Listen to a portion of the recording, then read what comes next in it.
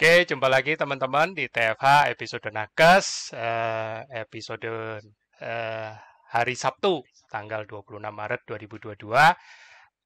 Masih bersama saya dengan Mobi Alim dan saya mau sapa founder kita yang selalu setia menemani dengan Mas Tio Prasetyo. Halo Mas. Halo semua yang udah hadir. Sorry. Kagok ya Mas Halo, ya? enggak Kagok ya? kagak. Habis kalau aku pasang ini, aku suaranya kayak gimana gitu, lebih enak kayak gini gitu. Iya, Karena nggak copot ya. siap. Oke Mas, Sebelumnya terima kasih Mas diperkenalkan. Budi untuk Ya. hadiah handsfree-nya. Oh ya, sudah nggak seberapa. Tapi kan Oke lebih Mas. maksimal nggak di sini aku kemarin. Iya. Oke, semua yang udah hadir, makasih udah hadir. Semoga TFH Nakes di setiap Sabtu ini selalu bisa memberikan manfaat buat para warrior dari ilmu-ilmu yang di-share, juga sharing dari para nakes yang selalu sangat menginspirasi. Kali ini narasumber kita adalah Dr. Truli Dasril Jimahit, spesialis PA-nya aku nggak tahu nih.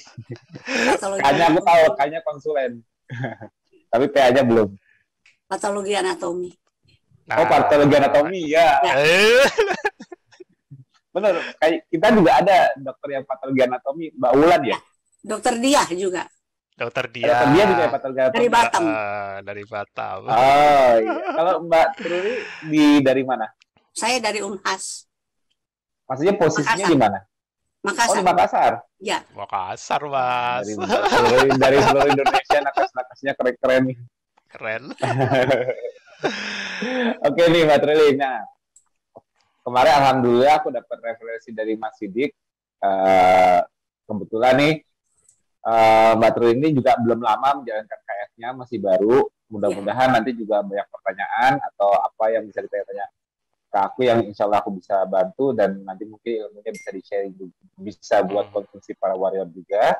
Tapi yang penting kita mau dengar dulu nih ceritanya nih, awalnya mengenal KF itu dari mana. Misalnya dulu yang kenalin siapa, terus alasannya apa, kok bisa mau mencoba KF, mungkin ada alasannya. Terus setelah itu apa yang dirasakan, perbaikannya atau kendala-kendalanya. Nanti kalau ada mungkin juga respon dari lingkungan keluarga, saudara-saudara, tetangga, atau bahkan sejawat, responnya bagaimana setelah menjalankan gaya hidup pola hidup yang mungkin dianggap anti mainstream ini. Oke, tanpa perlu berlama-lama, kita lanjut ke Mbak Truli. Monggo Mbak. Assalamualaikum warahmatullahi wabarakatuh. Selamat siang. Waalaikumsalam. Nama saya Truli Dasril dari Makassar. Usia 68 tahun.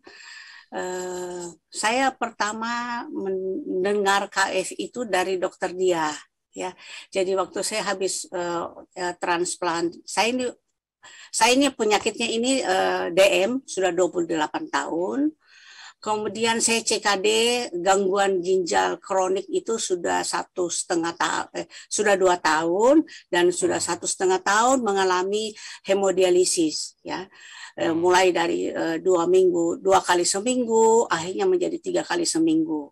Nah, kemudian saya sesudah saya transplant, karena waktu itu belum terpikirkan bilang ada, saya juga belum pernah mendengar tentang ada KF, ketofastosis lifestyle. Jadi karena saya memang waktu sakit itu tidak sempat membuka sosial media karena terfokus di diri sendiri. Itu tiap malam saya sesak, tiap malam hampir. Jadi tidur malam saya itu paling 1, 2 jam, 3 jam, itu pun gerak sedikit itu sudah terbangun, jadi tidak pernah mencapai deep sleep. Kemudian sesudah saya transplant, alhamdulillah anak saya menjadi donor saya. Kemudian segalanya langsung berubah, ya, berubah. Terus tensi sudah turun, semua sudah enak. Cuma itu DM saya itu masih belum terkontrol, ya. Nah, sedangkan saya tahu itu yang menyebabkan ginjal saya rusak itu dari DM saya.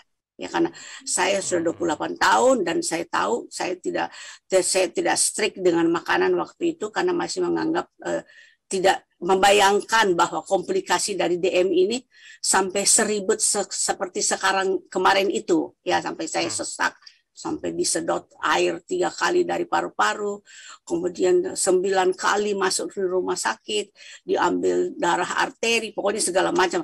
Pokoknya momok buat saya itu rumah sakit. Jadi akhirnya setelah saya selesai transplant, semua dokter yang menangani saya itu bilang, dokter, sekarang semua sudah, alhamdulillah sudah beres, tinggal DM-nya dokter sendiri yang harus kontrol.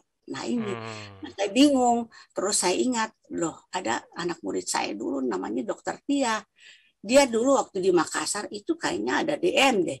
Tapi kok sekarang saya lihat kalau Zoom kita meeting di bagian itu, dia cantik-cantik banget, baru sehat-sehat. Jadi saya tanya dia, kamu minum obat apa sampai kamu bisa, bagaimana DM kamu? Dia bilang, saya sudah nggak minum obat dong. Hah? Masa sih? Semua dokter itu bilang kalau kamu DM harus minum obat seumur hidup. Itu saya ingat baik-baik di waktu saya kuliah, saya di Kosam itu yang ditekankan darah hipertensi dan diabetes mellitus itu harus obat tiap hari. Jadi saya tanya, nggak ada, iya dok, saya ikut KF. Apa itu KF? Mulailah dia terangkan gitu. Terus akhirnya saya bilang, oh gitu ya, nggak bisa makan nasi. Saya pikir nasi doang. Ternyata semua nggak bisa dok. Biar yang manis-manis, tepung-tepung nggak boleh. Waktu itu saya sempat kecil hati karena saya ini orang Indonesia banget. Kalau tidak makan nasi, rasanya bukan makan ya. Jadi walaupun sedikit makan. Ya, kalau kue-kue saya bisa tahan, saya nggak makan. Tapi kalau nasi harus. Kalau tidak ada nasi masuk itu bukan makan buat saya. Jadi terus dokter dia bilang, bisa dok, dokter coba aja dulu pelan-pelan, sehari 2 hari gitu. Saya coba. Terus makan apa dia? Ya makan hewani, makan yang daging-daging. Waktu itu kan CKD kita dilarang, saya dilarang sekali makan daging, hanya ikan doang dan ayam. Hah, makan daging nggak apa-apa, ini saya sudah transplant, tidak apa-apa dok, dokter kan ginjalnya sudah bagus gitu. Jadi saya coba makan daging, tapi kok tidak kenyang-kenyang gitu lah. Terus tapi saya mulai karena saya berniat saya mau sembuh, saya mau memperpanjang umur saya mau melihat cucu saya sekolah berhasil menjadi anak-anak yang soleha yang sukses, maka saya berusaha tiap hari. Anak saya yang tua itu, yang laki, itu memang gemuk. Dia itu 104 kilo. Dia biasa diet, tapi dietnya itu berapa belas jam, 12 jam begitu ya. Saya nggak tahu dia diet apa gitu. Jadi waktu itu terus dia lihat, Mama kok nggak makan nasi? Iya, Mama sekarang mau diet keto gitu. Terus Mama bisa. Insya Allah Mama coba gitu. Terus sini nanti Anggi temani, dia temenin, dia mau temenin saya. Alhamdulillah, jadi ada 2 orang di dalam rumah. Kita kan hanya berempat di rumah. Saya, anak saya dengan mantu saya dan cucu kan tidak terhitung karena mereka tidak makan di meja makan sama-sama kita. Dia lebih dulu makan. Jadi saya mulai, tapi anak saya masih makan karbo sedikit nasi. Yuk nggak apa-apa, kok kan temenin. Jadi mama yang penting Mama tidak makan. Itu pertengahan Januari.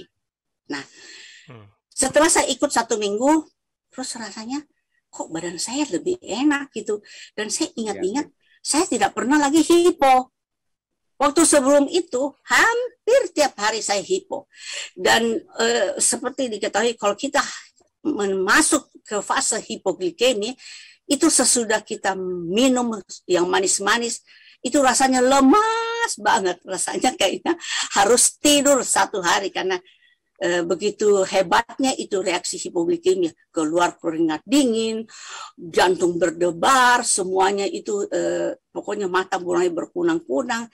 Jadi saya sangat takut. Jadi setelah 1 minggu saya ingat KF, loh ya Mak, terus dia juga iya ya, Mama tidak pernah lagi minta sirop, minta apa. Iya, kok bisa? Terus saya cek darah, tapi sebelum itu memang Pak Sidik selalu dampingin saya, dokter bisa kok, nanti dokter cek darahnya jangan tiap hari, tapi saya mau tiap hari, saya cek tiap hari. masih Nggak apa-apa. 140. Besok-besoknya waktu sudah agak lemas, saya cek lagi sudah 73 kan, tapi saya masih tetap suntik karena saya punya obat DM itu hanya insulin. Jadi saya dulu sebelum insulin Apidra 3 kali 10, terus Lantus itu 1 kali 20, ya, jadi 4 kali suntik tiap hari. Nah, sesudah saya ikut KF karena saya tidak makan pagi, jadi saya bilang saya nggak mau suntik lagi, tinggal 2. Kemudian dari 10 unit itu saya turunkan jadi 8. Kemudian yang Lantus saya turunkan jadi 18. Nah, hasilnya itu bagus. Jadi kadang 90 loh. Kok saya tidak rasa hipo, sedangkan pada waktu sebelum itu kalau 100 saja saya sudah hipo. Jadi harus selalu di atas 100. Jadi memang dokter endokrinnya bilang, dokter jangan capai 100, bisa kok sampai 100, pokoknya di bawahnya 150, gitu. Jadi oke. Jadi setelah KF ini mulai turun-turun, biasanya 80, tapi sebentar besoknya naik lagi. Jadi belum tentu karena saya memang belum, maaf Mas Tio, saya belum 100% ikut karbonnya dihilangkan. Nasi memang tidak makan, kue tidak makan, tetapi saya tidak bisa lihat kalau ada es krim. Es krim itu jadi biasa Häagen-Dazs yang kecil itu saya konsumsi untuk 5 hari. Jadi saya ambil hanya asal masuk di sini rasanya lega, rasanya enak sekali itu es krim. Jadi saya simpan. Kamu jangan ambil ya anak-anak. Ini mama punya, ini hanya untuk 5 hari gitu. Jadi makanya itu gula saya itu naik turun. Terus sebelum itu saya juga ada minum ini apa lagi? Quaker, Havermouth. Ya, tapi kan Havermouth saya masih ada sisa banyak. Ya dasarlah mak takut rugi kan, sayang kalau dibuang. Jadi saya konsumsi itu sedikit. Jadi kan biasanya kalau saya konsumsi sebelum CKF itu 2 scoop Havermouth-nya. Tapi ini saya ambil setengah. Jadi saya pikir belum 10 gram kali ya, saya taruh. Saya tambah lagi dengan diabetasol. Diabetasol susu itu biasanya 4 scoop. Saya taruh setengah scoop. Jadi saya pikir masih aman. Tapi kok gula saya, GDP saya itu naik turun. Jadi makanya saya ingin bertanya lagi. Terus satu lagi saya mau tanya sama Mas Tio. Saya baca-baca itu kan IH, imunomodulator madu itu kan untuk mempertajam imunnya kita. Nah, sejak saya transplant imunosupresif dikasih kan, Ya, jadi makanya kan aku suruh jangan dipakai. Ya. Itu nggak boleh dipakai kalau buat Mbak. Oh, jadi nggak boleh imunosupresif? Nggak, maksudnya kan waktu itu Mbak pernah, kalau nggak salah pernah japri aku ya. Iya.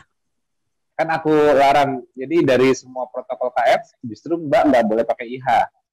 Oh. Ya, sebenarnya sih IH itu sifatnya sebetulnya menetralkan. Jadi kalau orang yang imunnya responnya rendah, jadi bagus, responsif. Tapi kalau yang autoimmunity, yang overreaktif, dinetralkan. Tapi kondisi Mbak khusus.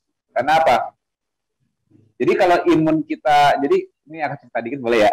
Ya. Boleh. Jadi konsep kerjanya IH itu sebenarnya bukan IH-nya yang bekerja. IH itu cuman kalau dioles ke gusi atau bawah lidah. Saya di bawah lidah. Nah, di balik mukosa itu ada innate immune system. Nah, innate immune system itu contohnya kayak makrofag, dendritic cell. Ya. Itu kalau melihat IH itu seakan-akan melihat antigen asing. Seakan-akan kayak melihat virus, masuknya virus. Karena IH itu kan glikoprotein. Jadi gampang gini deh. Kan baru-baru ini COVID itu kan yang berbahaya itu kan spike-nya. Ya. Nah, spike-nya itu kan sangat memicu respon imun. Ya. Nah, spike-nya COVID itu glikoprotein. Nah, ukurannya Dalton size. Nah, jadi dia efek karena ukurannya sangat kecil glikoprotein ini. Jadi kalau di normalnya protein di alam, kita makan ikan, telur, ayam, kenapa nggak memicu respon imun? Kenapa? Karena ukurannya besar.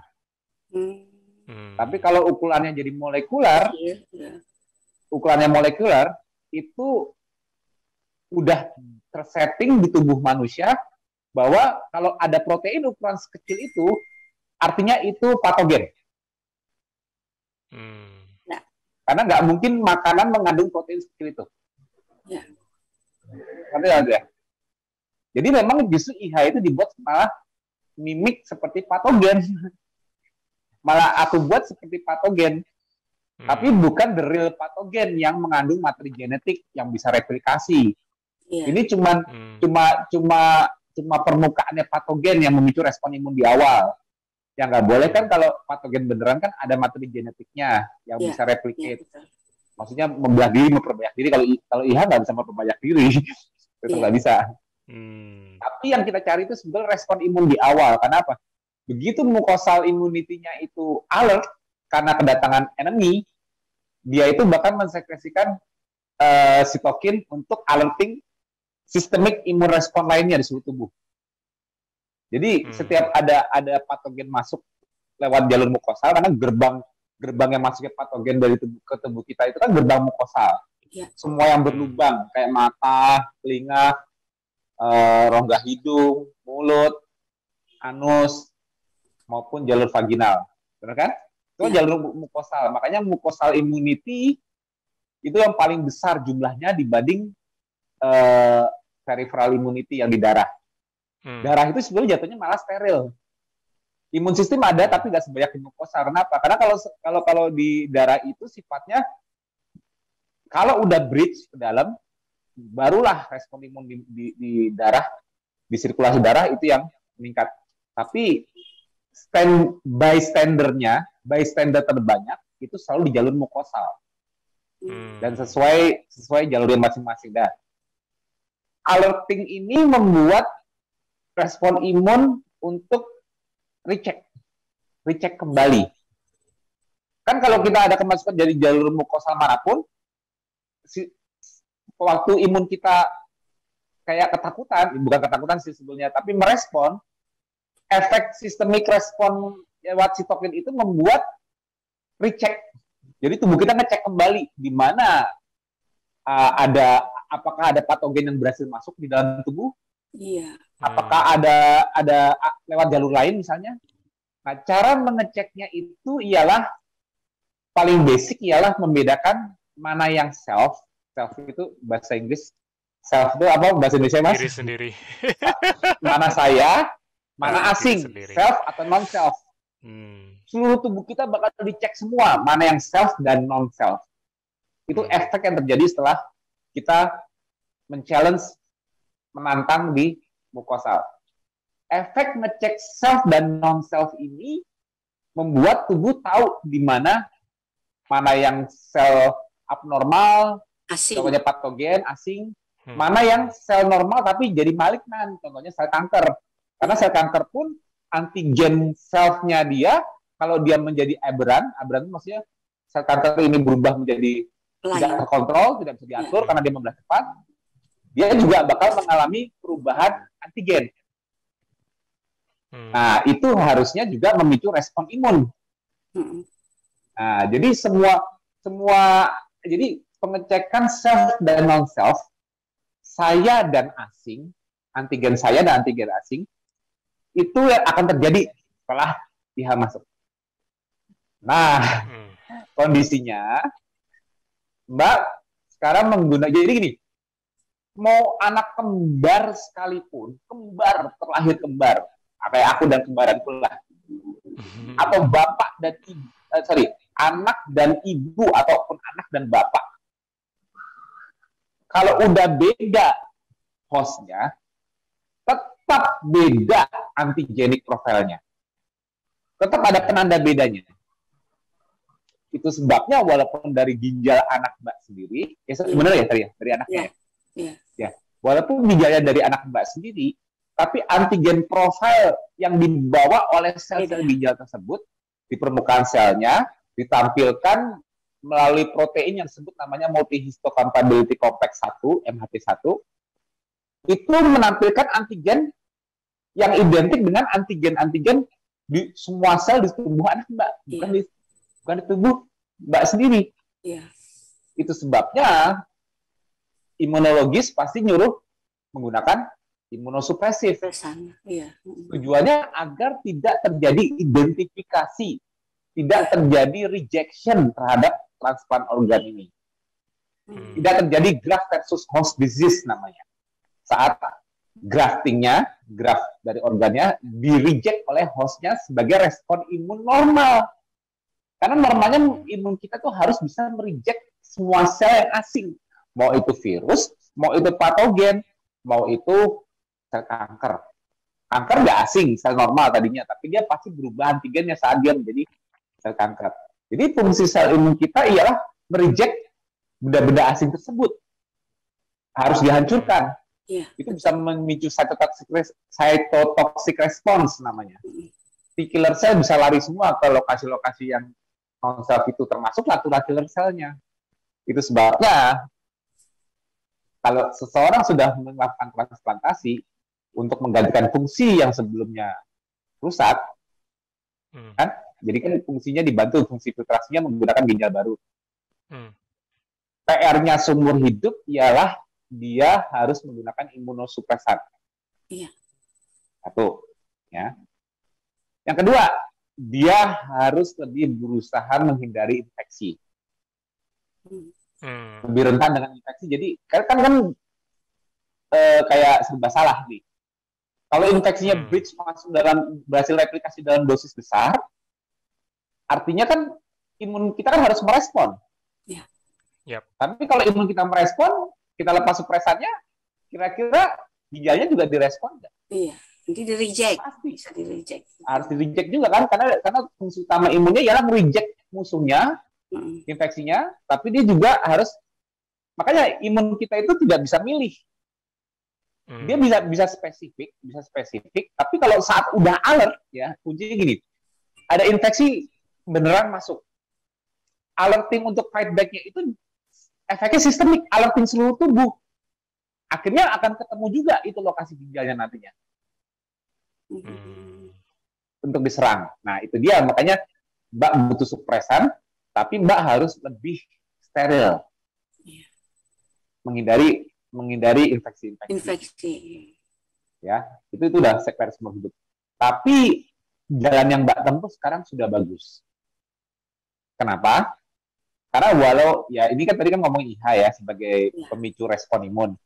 Mbak nggak butuh itu, karena itu takutnya malah memicu respon imun beneran, dicek malah imunnya dibagusin. Karena kan imunosupresan itu kan menjelekkan imun, membuat imunnya tidak bagus. Tapi IH kebalikannya, dia membuat respon imunnya jadi cepat.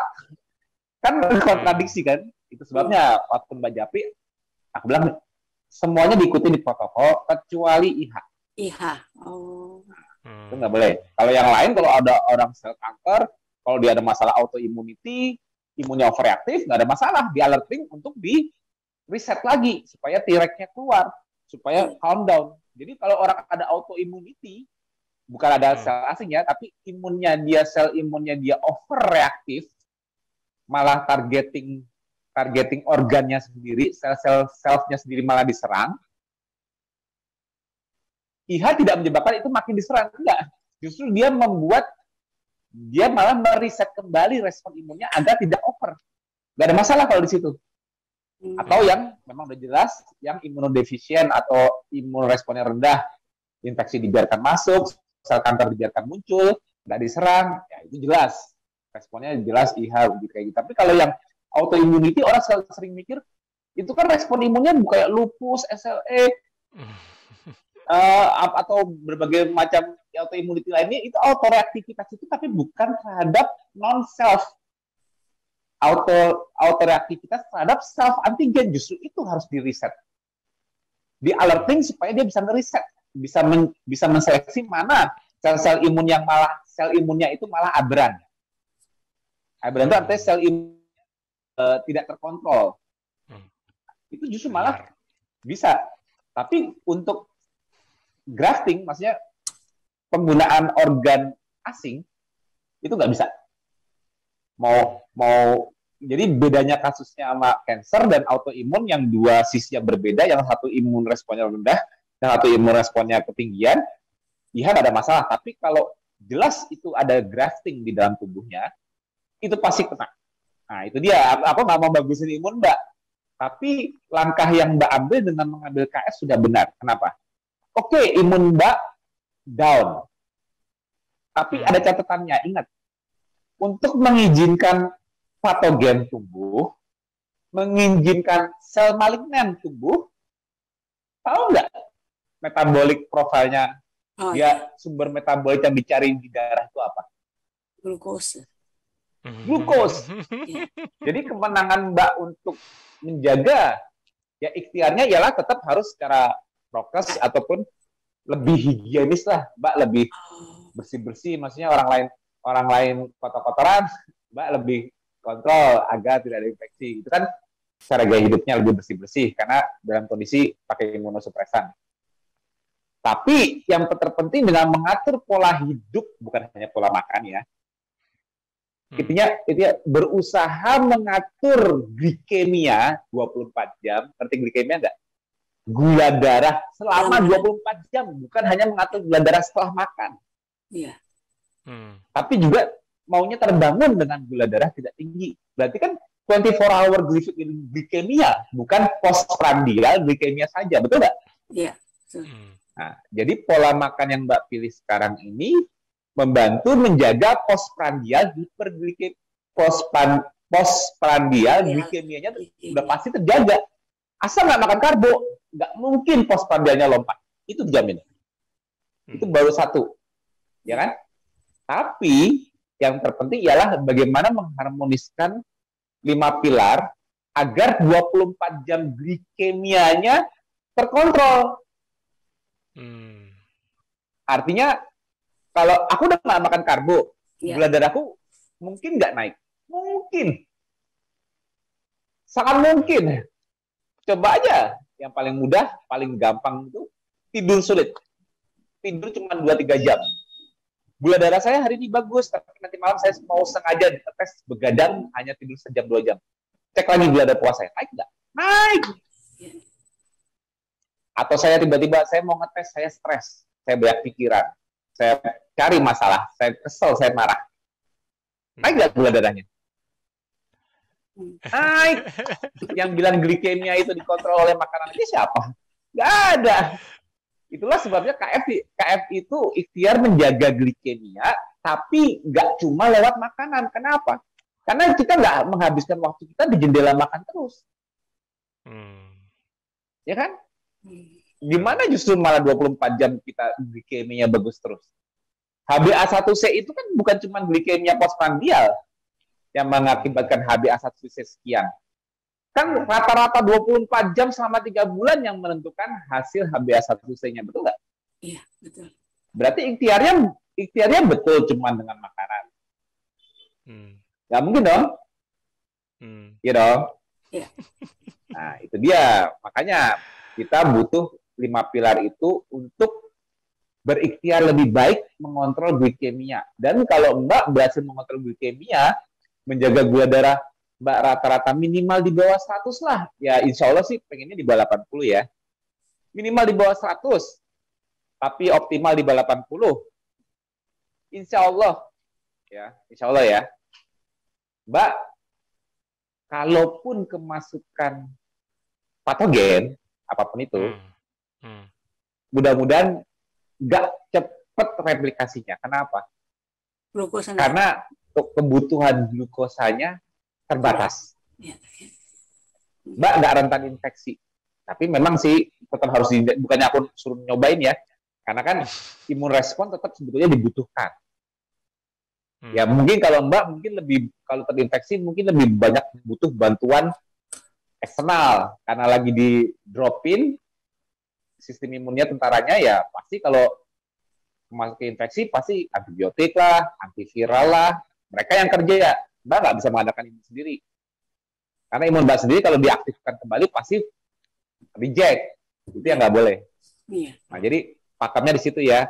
Nah, ini boleh nggak aku lanjutin lagi di situ? Ya. Anggung, tadi kan sudah sempat tanya. Nah, kalau saranku nih, kalau saranku eh, aku nggak mau ngomong makanan dulu, itu nasihatnya nanti aja terakhir. Aku tuh lebih suka gini, aku lebih suka siapa yang aku mau jelasin mengenai KF itu, aku mau jelasin why-nya dulu. Why itu lebih penting. How to itu mudah, how to do it gitu loh.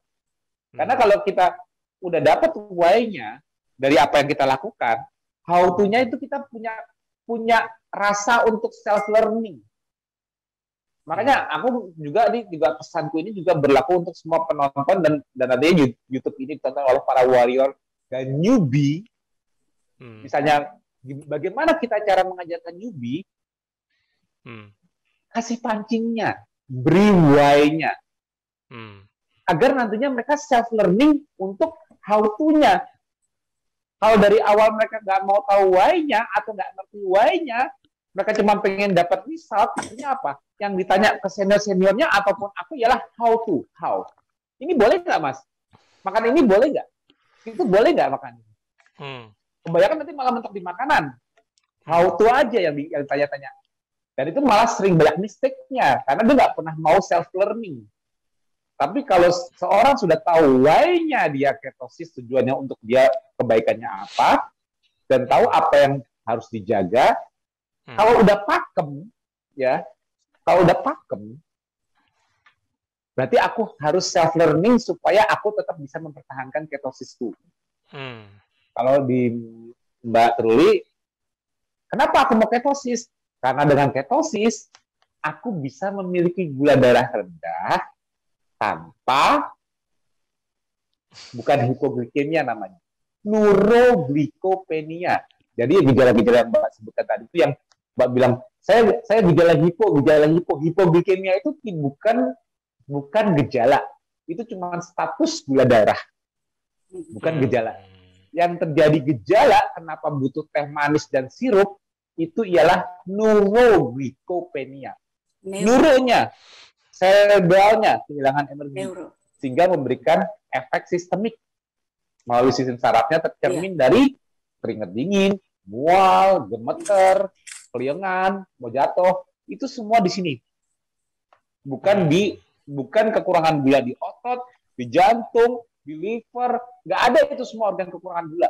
Kalau terjadi kekurangan gula, selalu di sini dulu. Jadi pada saat seorang gula darahnya turun, bukan sistemik organ yang kena. This is the real issue of low glucose di zaman modern. Real isunya di sini. Cerminannya bukannya usus saya kekurangan gula nih, Mas. Saya sampai kucuk-kucuk nih, asam lambungnya pada keluar semua. Bukan. Itu karena tembakan saraf stresnya ke pencernaan akibat ininya stres. Terjadi energetic stres di otak. Ujung-ujungnya mau ujung jari kebas, kesemutan, mau kedinginan kayak mau pencernaannya bermasalah, itu cuman post neuroglikopenia, post energetic, post gangguan energetik di otak, itu toh.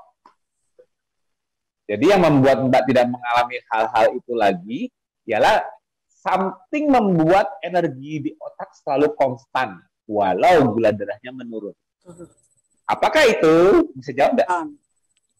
Apakah itu kalau ini gulanya turun tapi kok ini nggak apa-apa di sini? Artinya dia pakai apa?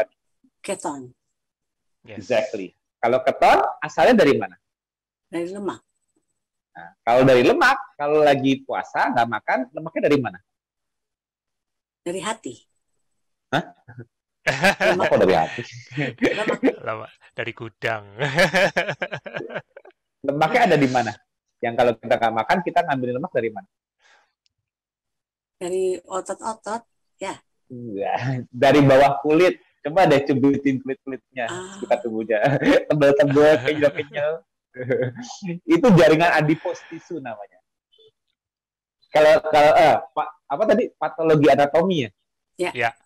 Kalau patologi anatomi, kalau lihat jaringan di bawah subcutaneous fat, itu yang gaji, kita anatominya sapi, di balik kulitnya banyak gajinya.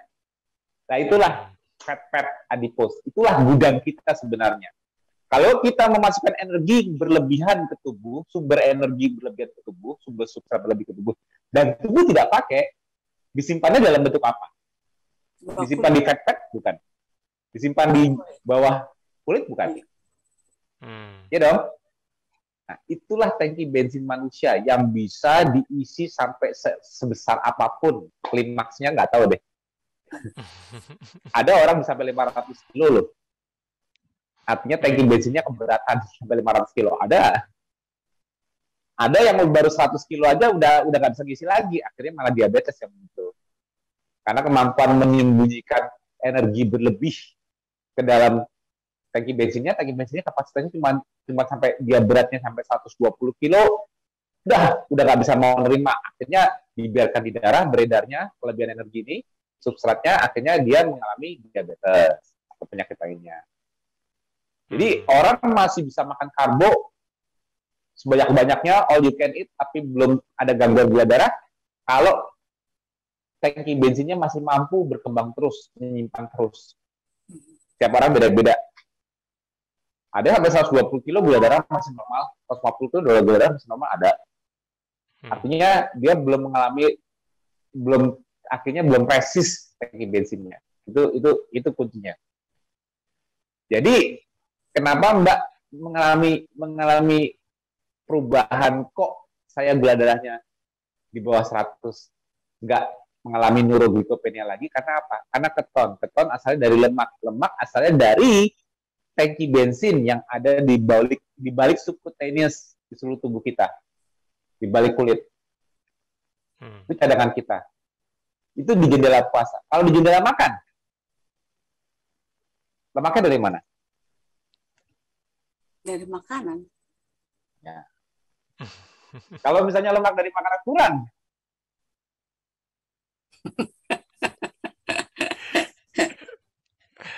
ngambil dari mana? Dari mana ya? Ya tetap dari badan kan? Ya dong. Ya. Ya. Bagaimanapun masternya ialah tangki bensin. Jadi kalau kita jadi fat burning mode, jadi ketosis itu sama aja mengubah tubuh kita jadi mesin pembakar lemak. Basicnya mesin pembakar lemak, starter awalnya ialah tangki bensin. Bedanya pengambilan dari tangki bensin bisa menurun atau di stop kalau udah tercukupi dari makanan. Betul nggak? Karena kebutuhan energetiknya kan konstan. Misalnya 2000 kalori.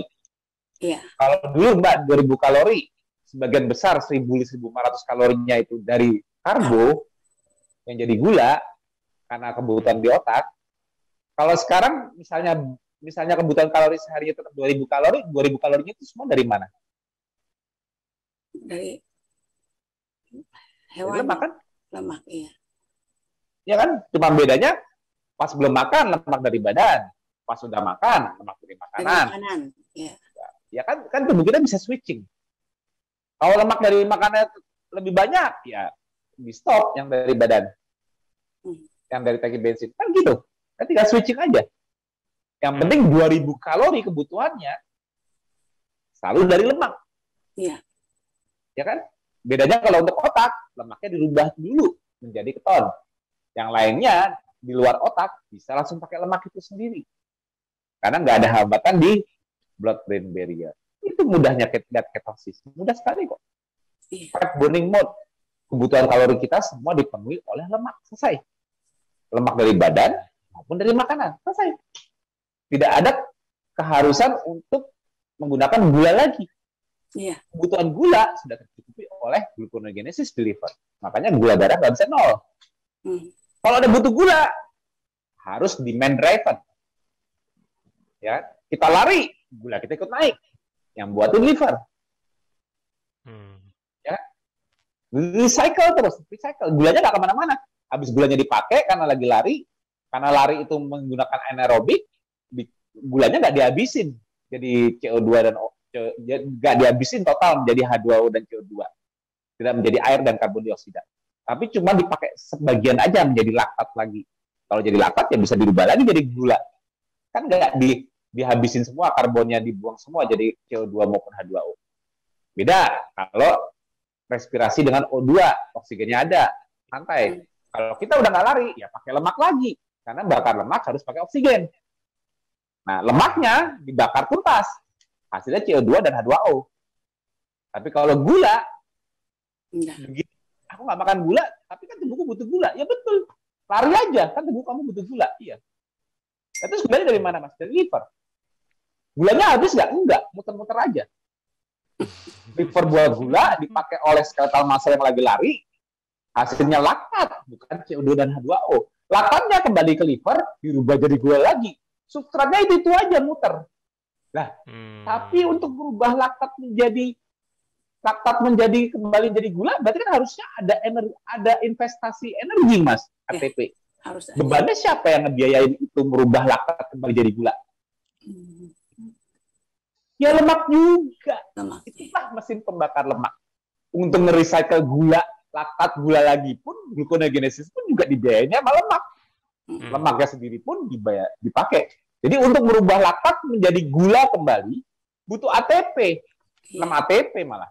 ATP. Gluconeogenesis itu ialah proses yang sangat butuh energi besar. Tapi no worries, energi besarnya dari mana? Dari lemak. Lemaknya dibakar sempurna jadi CO2 dan H2O, ATP yang dihasilkan, bantu biayain pengolahan laktat menjadi gula. Selesai. Gula dipakai. Jadi laktat lagi. Kan anaerobik. Nah, kalau itunya udah ada oksigen, Mas, nggak anaerobik. Jadi juga stop pakai gula. Ototnya kembali pakai lemak. Selesai kan? Ayo, mudah nggak? Iya. Itulah mesin pembakar lemak. Di-enlight oleh seorang engineer. Tapi itu fisiologi, Mbak. Jadi kalau apa namanya tubuh, kalau Mbak bisa menjaga bahwa gula hanya buatan liver, bukan ada tambahan dari makanan, PR Mbak lebih mudah. Artinya Mbak cuma menjaga supaya liver nggak buat gula ketinggian. Betul nggak? Ya. Iya kan? Ya. Yep. Harusnya kalau nggak ada demand, tidak ada permintaan. Kalau ada Mbak lari, kan Mbak memberikan demand ke liver. Betul dong? Ya. Agar liver mempercepat pembuatan gula. Ya. Walaupun gulanya menjadi laktat lagi, di turnover terus. Untuk gula yang dibutuhkan ini untuk sesuai demand driven, sesuai demand dari skeletal muscle yang lagi dipakai buat lari. Betul nggak? Kalau Mbak nggak lari, gulanya turun lagi dong. Kira harusnya turun lagi. Tapi Mas, misalnya ada tanya, tapi Mas saya bangun pagi kan nggak habis lari, baru bangun pagi, belum ngapa-ngapain masih istirahat. Kok gula darah puasanya tinggi? Nah, ya kan? Ya dong. Berarti padahal saya nggak makan karbo loh. Ya nggak peduli makan karbo apa, nggak ada pengaruhnya kalau gula darah puasa. Gula darah puasa kalau udah nggak makan karbo artinya murni buatan liver, gluconeogenesis. Kalau gula darah puasanya orang makan karbo, itu kombinasi masih dari glycogenolisis, cadangan glikogen yang masih keluar di pagi hari, ditambah gluconeogenesis. 2. Itu hasilnya ialah gula darah puasa orang makan karbo. Kalau gula darah puasanya orang yang nggak makan karbo, glikogen di liver udah kosong. Makanya ada ketogenesis, alias lemak berubah jadi keton dengan syarat ketogenesis ialah glikogen di liver dikosongin dulu. Sehingga gula yang keluar dari liver itu selalu murni buatan liver. Sesuai permintaan. Gitu doang. Nah, makanya kalau mau punya gula darah bagus, harus tahu, kenapa ya kok liver saya buat gula banyak-banyak, saya minta apa ya, padahal saya nggak lari. Saya nggak olahraga, tapi ini kok tinggi ya buatnya ya. Aku jelaskan mundur bagaimana cara orang lari bisa menciptakan demand ke liver. Ini penting nih kita belajar why. Kalau kita udah paham why-nya, how to-nya itu belakangan deh, gampang. Kalau kita lari, artinya kita harus bisa menyuplai energi cepat ke skeletal muscle. Efeknya ialah apa? Sistem saraf simpatetik atau sistem saraf yang mengatur stres di tubuh meningkat volumenya. Kalau volume dari sistem saraf stres tembakannya meningkat semua secara sistemik, Sistem saraf simpatetik ini bertugas menyuplai bensinnya. Jadi begitu aku ngegas, naikin volume stres karena aku lari, aku ngegas, semakin cepat larinya, gasnya semakin kencang menekannya. Betul nggak? Anggap aja mobil, betul nggak? Nah, berarti kan demand-nya proporsional atau relatif terhadap sistem stres atau saraf simpatetik. Semakin tinggi demand, semakin tinggi saraf simpatetik. Proporsional nggak peningkatannya? Aktivitas saraf simpatetik, Tidak. tembakan saraf simpatetik, norepinefrin, dan permintaan kita lari makin kencang. Linear kan? Makin kita larinya makin kencang, tembakan juga makin kencang. Artinya aktivitas saraf simpatetik harus ikut meningkat. Karena harus keep up dengan demand. Apa yang terjadi saat saraf simpatetik ini meningkat? Dia bakal nembak ke tangki bensin untuk ngirim bensin. Anggap aja kalau kita ngegas, pompa bensin di tangki bensin, muternya kencang, nyedot bensin lebih cepat ke depan, ke mesin depan. Nah, bedanya ini saraf simpatetik yang kita lagi gas, dia nembaknya ke sel-sel lemak di bawah kulit kita, di pipi perut paha. Ditembakin supaya apa? Supaya lemaknya pada keluar, terjadi lipolisis. Fatty acid-nya pada keluar. Nah, fatty acid yang pada keluar ini tetap dipakai oleh sel-sel yang masih ada oksigennya. Tapi skeletal muscle jelas dong, nggak ada oksigennya, rendah sekali karena dia lagi kontraksi semua. Berarti fatty acid yang dilepas fatty acid yang dilepas dari sel lemak nggak terlalu berfungsi dong di otot yang sedang kontraksi cepat karena larinya makin kencang. Nah, jangan salah. Untuk lipolisis terjadi, itu ialah di sel-sel lemak kita memecah yang namanya, jadi gini, pipi perut paha kita itu gaji-gaji di tubuh kita itu disebutin namanya trigliserid. Ya. Namanya trigliserid. Nah, trigliserid ini kalau mau dilepas menjadi bahan baku energi, dia bakal dipecah oleh HSL, hormon sensitif lipas, ataupun adipose trigliserid lipas, menjadi fatty acid dan gliserol. Nah, fatty acid dan gliserol, jadi kalau kita lepas lemak, ditembak ke mesin saraf, itu yang keluar 2. Fatty acid, 3 fatty acid, dan 1 gliserol per molekul lemak yang dipecah. Yang memerintahkan pemecahannya siapa? Yang kenapa hormon-hormon, kenapa enzim-enzim tadi bekerja motongin lemak? Karena dia diperintah oleh jalur signaling yang diaktifkan oleh sistem saraf simpatetik yang nembakin norepinefrin langsung ke beta adrenergic receptor di permukaan sel lemak. Potong-potong, lepas semua keluar dari sel lemak, fatty acid dan gliserol. Jadi kebutuhan gula yang harus disiapkan liver juga didapat dari gliserol. Jadi gliserol yang dilepas, gliserol yang tersimpan di trigliserid pada pipi perut paha kita ini, itulah sumbernya gula. Karena gliserol masuk ke jalur gluconeogenesis. Dikasih bahan baku untuk buat gula. Tapi ingat, fatty acid-nya kan nggak bisa kepakai di otot. Memang nggak dipakai buat di otot fatty acid-nya. Tapi fatty acid-nya dipakai di liver untuk ngebiayain merubah gula yang tadi dari gliserol ke liver. Kan gliserol ke liver, gulanya dipakai otot, kondisi anaerobik, oksigen rendah, menghasilkan laktat. Laktatnya kan harus diubah lagi jadi gula. Karena nggak harus pakai substrat baru terus kan untuk buat gula. Cuma tinggal recycle doang. Nah, untuk berubah laktat menjadi gula lagi, kan butuh biaya. Duitnya siapa yang bayarin? 6 ATP loh. Itulah fungsi dari fatty acid, salah satunya yang dilepas ialah untuk membiayai produksi gula. Merubah laktat menjadi gula di liver, dibiayai ATP. Kalau gliserol menjadi gula, ATP-nya nggak pakai. Karena gliserol untuk menjadi glukosa tidak butuh investasi ATP. Tapi yang butuh investasi itu kalau gulanya itu masuknya dari kalau bahan baku gulanya masuk dari mitokondria. Contohnya laktat, mesti dirubah jadi pirufat dulu. Pirufat langsung menjadi oksaloasetat dibuang lagi keluar dari mitokondria untuk menjadi fosfoenol pirufat. Baru ke jalur gluconeogenesis menjadi gula kembali. Nah, proses perubahan lewat mitokondria itu yang butuh ATP. Siapa yang bayarin? Beta oksidasi lemak. Lemak dari mana? Ya dari lipolisis yang ditembakin sistem saraf simpatetik. Kebayang nggak? Nah, jadi itulah.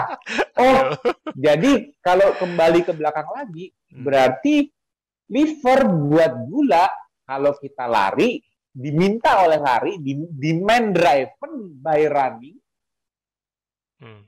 cara kerjanya ialah melalui sistem saraf simpatetik yang menembak tangki bensin atau lemak, dan juga saraf simpatetik ini juga menembak ke liver. Belum ditambah oleh apa?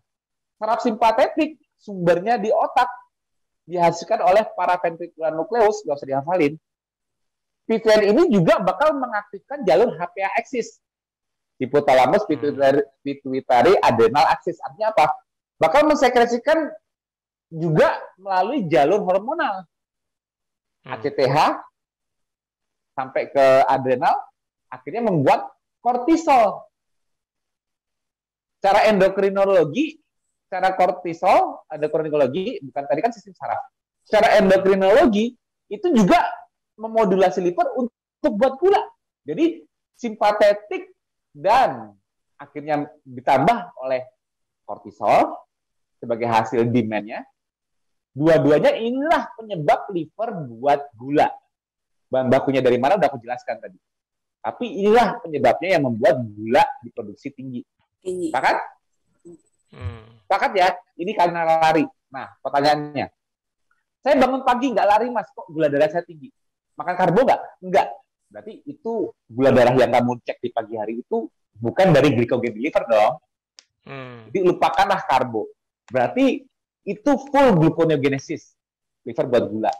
Ingat, kamu sekarang nggak lari. Tapi ingat nggak kalau kamu lari yang memodulasi apa? Simpatetik dan kortisol. Nah, kenapa kamu terbangun dengan simpatetik yang tinggi dan kortisol tinggi? Itu why-nya. Nggak, Sarah? Aku mau ngajarin engineering nih. Karena kalau kita udah tahu engineering tubuh kita bisa problem solving, bisa troubleshooting, cari letak akar masalahnya di mana. Kenapa saya terbangun dengan demand gula besar yang otomatis menggunakan simpatetik dan kortisol? Why? Mungkin kurang tidur. It's happening. Salah satunya. Kurang tidur. Yang kedua, stres. Ya, betul kan? Betul nggak? Iya, tadi malam saya bangun, memang tadi pagi saya bangun gula darah saya 162. Terus saya ingat-ingat, sebelum tidur saya marah-marah memang. Jadi sudah stres, terus tidurnya kurang, jadi naik 162. Kaget saya, kok saya nggak makan karbo kok? Ada. Kenapa aku bilang pintar? Karena sudah mulai tahu why-nya, sehingga tahu cara menganalisa ke belakang 24 jam. Sebelum ujuk-ujuk makanan. Ini artinya sudah pintar. Ini yang aku mau tuh seperti ini. Harapanku mengajarkan para warrior, newbie, maupun senior mengenai why itu pentingnya ini. Kenapa? Dengan kita tahu ilmu, kita tahu why-nya, kita bisa self-analyzing. Sehingga kita bisa memperbaiki how to-nya. Benar nggak? Yeah. How to itu mudah. Dan how to itu jangan mentok di makanan. Jangan how to eat.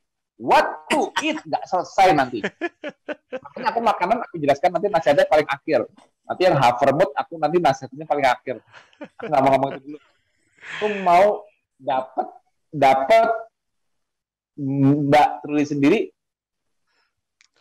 maunya keputusan itu ada di Mbak. Iya. Aku nggak mau memberi jadi gitu. Nggak boleh makan itu, nggak boleh. Orang kalau dilarang kadang-kadang malah ngeyel. Orang kalau dilarang, anak kecil kalau dilarang malah dilakuin nggak kadang-kadang. Iya dong. Nah, makanya aku tuh nggak mau ngelarang, aku nggak pernah ngelarang-larang. Tapi aku jelaskan why-nya, ya decide sendiri kamu mau seperti apa. Itulah caraku menjelaskan. Makanya aku udah bilang, di TFA kemarin juga aku challenge, cari semua grup-grup keto lain yang cara jelasinnya seperti aku. Jamin nggak ada, karena aku nggak pernah langsung ngomong makanan. Aku selalu berusaha membuat orang-orang tahu why-nya kamu ketosis. Apa yang kamu dapatkan kalau kamu ketosis, keuntungannya apa? Dan bagaimana cara menggunakan fisiologi ketosis ini agar mudah, agar tidak salah menggunakan fisiologi. Aku maunya mereka tuh dapat why dulu. How to-nya sambil jalan bisa belajar. Gampang, malah akhirnya kalau udah ada niat belajar, mudah untuk melakukan how to-nya. Udah tinggal play it by ear, itu udah pasti karbo. Ini udah waktunya tidur. Decide-nya udah sendiri. Gak usah, ayo tidur. Ayo jangan stres. Aku gak mau ngajarin itu. Repot amat. How to-nya harus tahu, pas lagi marah-marah nih misalnya, kalau aku marah-marah, aku kesel terus. Oh iya ya, berarti aku malah membuat gula aku nanti jadi tinggi ya. Coba cek, iya lah bener. Berarti aku harus menenangkan diri, jangan marah lagi. Aku sholat deh. Sholat kan seperti meditasi kan, relaksasi kan. Tenang. Gula turun lagi. Kan decide sendiri. Tahu kapan harus stop. Kenapa? Tahu konsekuensinya. Kok bisa tahu konsekuensinya? Diajarin Mas Tio. Konsekuensinya ialah kalau kamu melakukan ini, secara fisiologi yang terjadi ialah ini. Jadi aku cuman mau bantu melihat skematik cara kerja buku panduan mobil-mobil kita masing-masing. Ini mobil. Tubuh kita tuh mobil kita sendiri. Kita nyetir sendiri. Kita yang decide mau nyetir ke arah mana. Nah, itu yang mau aku ajarin hari ini. Mau nggak? Mau nggak diajarin seperti itu? Mau. Ya kan? Mau. Apa cuma mau dikasih tahu, nih isi bensinnya ini ya, bensin lain nggak boleh ya? Apa cuma itu doang? Itu nggak? Nah, oke. Jadi Mbak udah benar tadi. Kok saya marah-marah sebelum tidur, dan mungkin tidurnya pun jadi nggak pules, tiba-tiba gula darah 160. Udah nggak ingat mengenai es krim lagi kan, dan Havermut. Udah nggak ingat kan? Lebih spesifik. Mungkin kalau makan es krim dan Havermut, postprandialnya nggak naik. Postprandialnya gulanya naik. Tapi kan nggak terus-terusan, pasti turun. Masalahnya sekarang kan gula darah puasanya yang naik. Yang pure gluconeogenesis. Kalau pure gluconeogenesis di liver, kenapa ya simpatetikku dan kortisolku tinggi? Itu kan the real isunya. Itu yang kita mesti tahu. Apa ya dalam 24 jam yang menyebabkan ini naik? Ternyata bukan makanan. Ternyata yang paling dekat dengan gula darah puasa ialah tidur, kualitas tidur. Yang paling dekat lagi ialah relaksasi sebelum tidur. Iya. Nah, jadi kuncinya kenapa aku bilang flow-nya 24 jam itu kita harus menselaraskan ialah apa?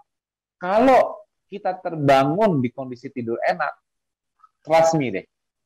Sorry Mas Budi, ini kayaknya ada Gojek atau apa. Siap, Mas. Nggak apa-apa. Widi, ada orang di depan, Wid. Sorry, interupsi. Tadi sampai di mana, Mas? Ngajarin kendalikan itu kortisol. Nah, ya. Oke. Pokoknya kita selalu tahu urusan glikemia, pokoknya selama kita KF, selama aku udah nggak makan karbo, urusan glikemia itu selalu pure liver yang buat. Kalau udah tahu pure liver yang buat, kita cuma tinggal tahu kabelnya apa nih yang mengaktifkan liver buat gula. Gluconeogenesis, jalurnya, prosesnya. Tapi starternya ialah secara hormonal, endokrinologi ialah kortikoid, ya, kortisol. Ya. Dan juga yang berikutnya ialah saraf simpatetik. Ini yang harus dikontrol. Apalagi nih, oh ya baru ingat. Aku nggak tahu sih, sebetulnya aku nggak paham farmasi sih, tapi kemungkinan besar supresan yang Mbak pakai, Mbak Truli, tipenya juga steroid bukan? Sorry. Ada yang steroid. Ada yang methylprednison. Ada 3 macam. Ya, aku nggak tahu, tapi aku nggak mau bicara obat karena aku nggak kompeten. Tapi namanya steroid itu disebut juga mimik meniru glukokortikoid. Iya. Dia meningkatkan glukose. Ya, jadi farmasi menciptakan mimetik yang mirip dengan kortisol itu sendiri. Hanya dengan Mbak minum itu, ya ini aku nggak, ini bukan saran medis ya, aku cuma menjelaskan fisiologi, ya aku nggak melarang pakai itu, tapi aku menjelaskan fungsi kortikoid ialah, glukokortikoid ialah sama seperti kortisol, memodulasi gluconeogenesis. Disinilah Mbak lebih penting menjaga faktor stresnya dibanding orang lain. Kalau orang lain yang tidak punya transplant organ, tidak harus minum kortikoid sebagai supresan, harusnya mereka lebih mudah mengontrol glikemia. Kenapa? Benar nggak? Karena mereka tinggal ngontrol ya, nggak gini loh. Jadi gini, Mbak udah ngontrol aja, tetap ada modulasi dari kortikoidnya untuk gluconeogenesisnya. Apalagi kalau simpatetik Mbak dan kortisol Mbak ikut tinggi karena Mbak nggak bisa ngontrol gaya hidupnya. Jadi lebih tinggi nggak? Betul nggak? Betul nggak? Ya, suara masuk Mas, tenang aja. Nggak, Mbak Truli? Sebentar. Oh, katakan ini Mbak Truli, sebentar. Monggo Mbak, silakan. Ada Mbak Truli? Maksudnya, ya, Udah, nah jelas. Nah. udah. Nih, orang lain yang tidak minum steroid, jelas kontrol mereka pasti bakal kontrol pola hidup mereka bakal menghasilkan gula darah yang pasti jauh lebih mudah, lebih rendah dibanding Mbak, betul nggak? Iya, betul. Karena Mbak udah mengontrol pun masih ada modulasi dari steroid. Iya. Untuk membuat liver buat gula lebih tinggi. Iya. Apalagi kalau Mbak nggak bisa mengontrol. Jadi kalau Mbak mau selalu gulanya di bawah 100, insya Allah tapi tetap termodulasi oleh steroid karena Mbak nggak bisa copot. Berarti Mbak harus lebih maksimal mengontrol di pola hidupnya nggak? Harus. Yes. Jadi steroid yang secara mimetik yang dari mulut diminum itu udah pasti modulasi gula. Iya. Berarti ikhtiar Mbak ialah why-nya Mbak harus tahu. Berarti saya harus lebih dibanding orang lain pun saya harus lebih sabar contohnya. Agar simpatetik dan kortisolnya tidak naik. Betul.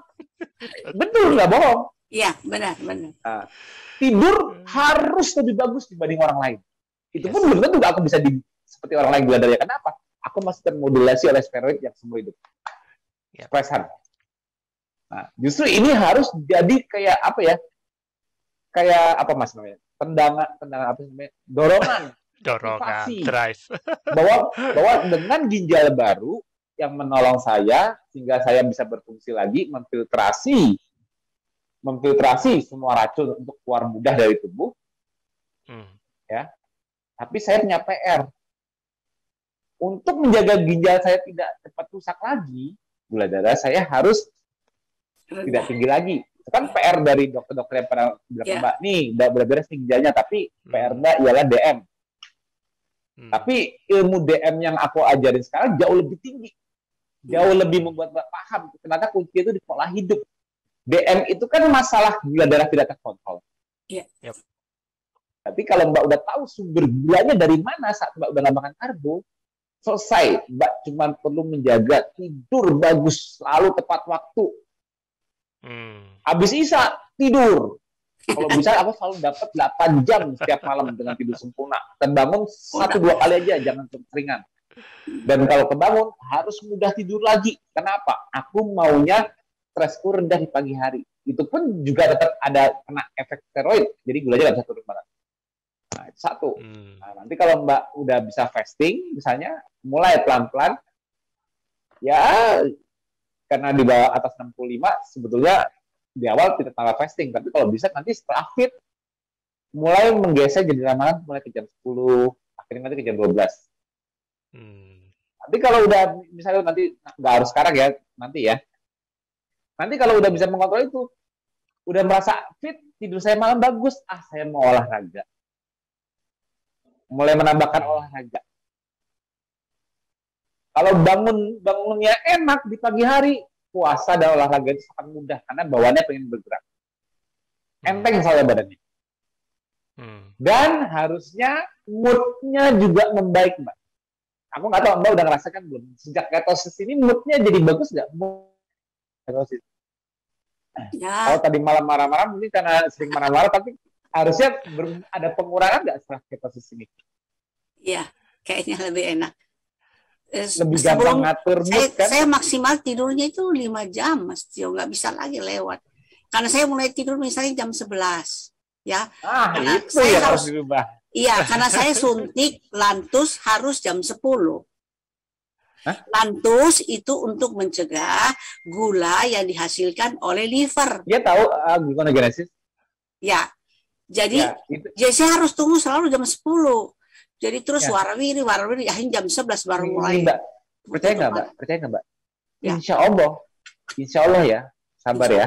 Ya. Itu lepas semua, mulai dari yang sebelum makan sampai lantus, lepas semua nantinya. Jadi Amin. Mbak nggak usah Amin, takut. ya Rabbal Alamin. Ya. Nah, saranku Mbak mulai depreskripsi, tapi bener-bener Mbak tahu why-nya. Ya. Saya kalau Mbak pengen cepet-cepet nggak terbentur dengan jadwal supaya bisa tidur cepet, nggak tergantung harus menyuntik lantus jam berapa tadi? Jam 10, malah jadi tidurnya malah kurang. Gimana saya bisa ngelepas ini total? Ialah, nah aku baru mulai masuk nih. Postprandialnya setelah makan udah pasti nggak mau tinggi dong. Jadi Mbak harus udah mulai belajar mana karbo dan bukan. Why-nya karena saya mau menjaga 24 jam glikemia termasuk jendela makan. Setelah makan. Nah, jadi mulai punya motivasi diri, nggak makan es krim nggak apa-apa kok. Nggak makan hamburger. Jadi konsep lama buang. Tapi nanti kalau saya lapar gimana? Makan lagi. Kalau ikan, telur, ayam membuat Mbak masih terus lapar, makan terus. Aku yang bolehin. Sampai nggak bisa makan. Sampai merasa inas. Jadi jangan takut makan banyak. Jadi jangan jadi excuse memasukkan es krim dan havermut karena takut nggak kenyang. Itu nggak perlu. Kalau karena hawa nafsu, misalnya karena udah cinta banget sama es krim, cari di Jakarta deh. Aku nggak tahu deh. Ada nggak Mas di Makassar? Mbak Arisma bikin es krim nggak sih? Biasanya kalau di es krim Makassar itu ada whipped cream. satu FIC namanya Mbak Arisma. Nanti aku kasih nomornya. Bilang, Mas Tio, saya nggak bisa nih nggak bisa nih. Bisa es kok. krim. Bisa kok. Kirain nggak bisa kalau nggak bisa. Suruh Mbak Aris bikin es krim keto. Nah, jadi nggak perlu chicken lagi karena udah ada es krim keto. Nah, di Jakarta sih banyak ya, Jogja juga ada. Ya. Saya tidurnya juga sudah. Sulit. Iya, saya tidurnya juga sudah enak, sudah langsung tidur. Sejak Dokter Daryati kasih saya resep nasi dari putel. Jadi itu yang bikin kenyang saya, sehingga saya tidur bisa langsung tertidur. Sebelum itu nggak bisa kenyang, karena hanya ikan doang. Iya. Jadi saya terima kasih banyak Dokter Daryati.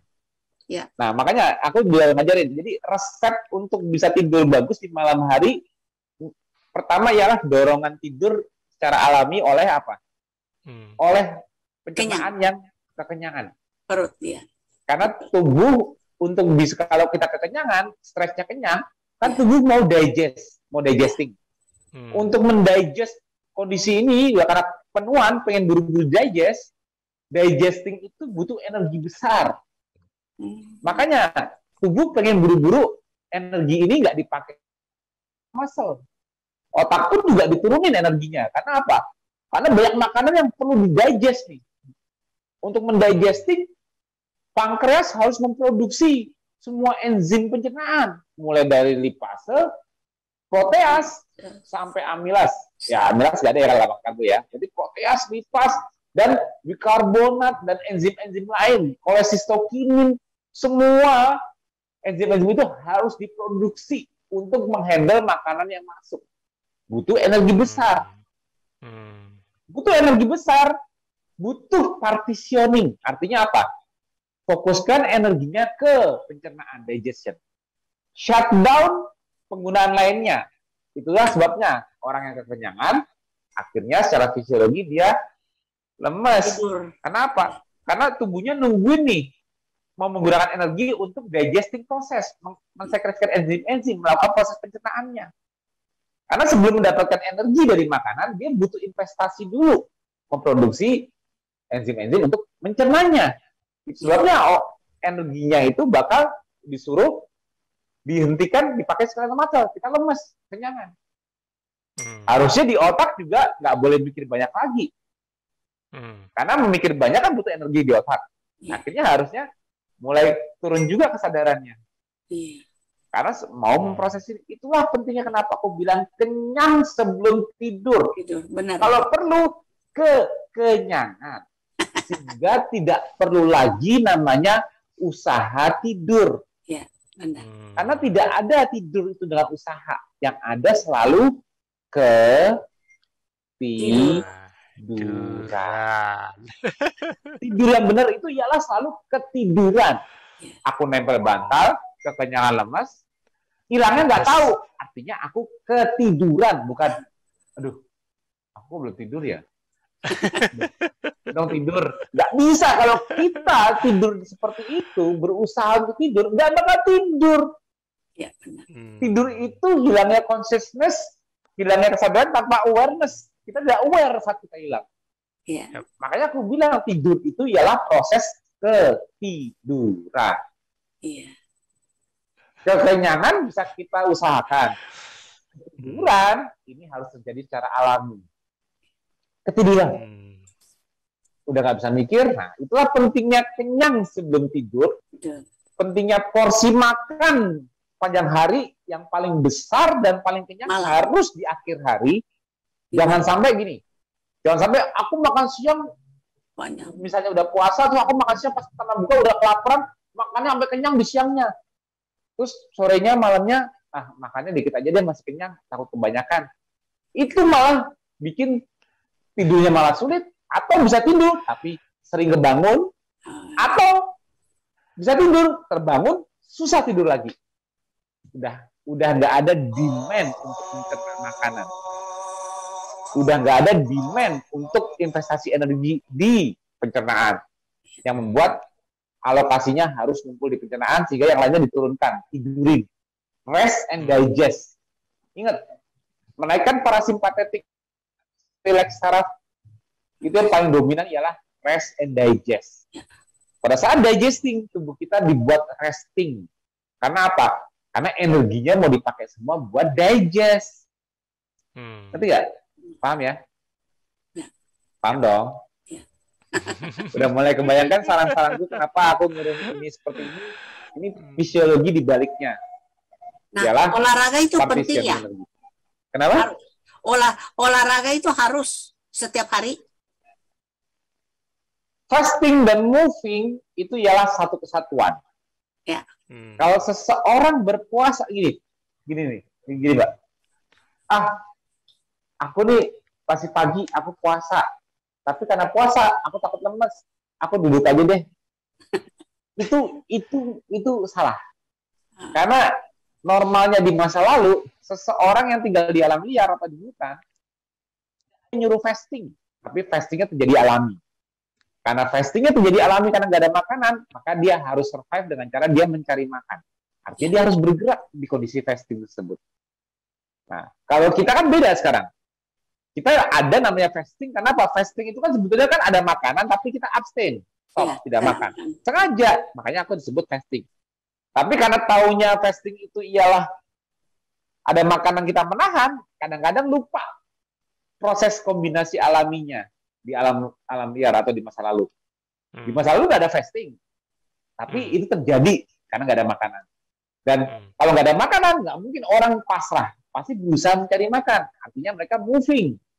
Jadi kalau kita sedang fasting di masa modern yang disengajakan abstain dari makanan, kita jangan lupa dengan movingnya. Nggak, ya kalau untuk umur Mbak nggak perlulah olahraga yang berat-berat, yang penting bergerak, aktif, nggak banyak duduk, nggak perut kosong tapi duduk, itu malah lemes. Rata-rata orang fasting susah. Kenapa? fasting itu kan kondisi tidak ada makanan. Makanan. Ya. Artinya energinya tuh harus berasal dari dalam tubuh sendiri, bukan? Karena aku udah bilang kalau kita lemak, jendela puasa, lemaknya diambil dari mana? Badan bukan? Iya. Ya kan? Dari pipi perut paha kan? Subcutaneous kan? Oh iya. Nah, Kulit. kalau kita kondisi nggak makan, kita mengandalkan tangki bensin, tapi gasnya cuma langsam tok, cuma 1000 rpm terus karena kita duduk terus nggak ngapa-ngapain. Kira-kira bensinnya dikeluarin banyak nggak? Enggak dong? Enggak. Iya. Kan cuma 1000 rpm, gasnya juga nggak ditekan. Gimana bensinnya nyemprot ke depan tapi seadanya. Kalau kita gas, kan aku udah bilang secara linear, simpatetik main. Tembaklah bensinnya ke depan. Barulah bisa bergerak jalan. Nah, berarti logikanya kalau kita mau kerasa fresh, fit, bertenaga, alias energinya melimpah di saat nggak makan, caranya gimana? Caranya kita duduk, menikmati energi. Ayo, ini aku puasa, aku ketosis, harusnya aku seger loh. Tapi saya duduk terus. Wah, seger-seger ya? Ya enggak lah. Mana nih gasnya? Dikeluarin nggak bensinnya? Kan enggak. Nah, kalau aku sekarang kenapa seger? Karena aku menikmati, tadi aku ngegas dari jam 9 sampai jam setengah 12. Ngegas di gym, sekarang aku menikmati gasnya yang masih keluar. Yang berlebihan ngeluarinnya, sekarang aku lagi menikmati energinya. Walaupun sekarang aku duduk, tapi sekarang buat mikir enak. Sespleng. Kenapa? Karena lemakku udah dibongkarin keluar dari tangki bensin. Karena tadi pagi aku nggak mager. Jadi sekarang aku belum makan, aku fresh-fresh aja. Lapar enggak, energi melimpah. Kenapa? Udah dikeluarin, udah digas.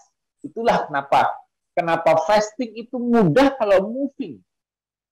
Moving itu mudah kalau kita ketosis, bensinnya dikeluarin.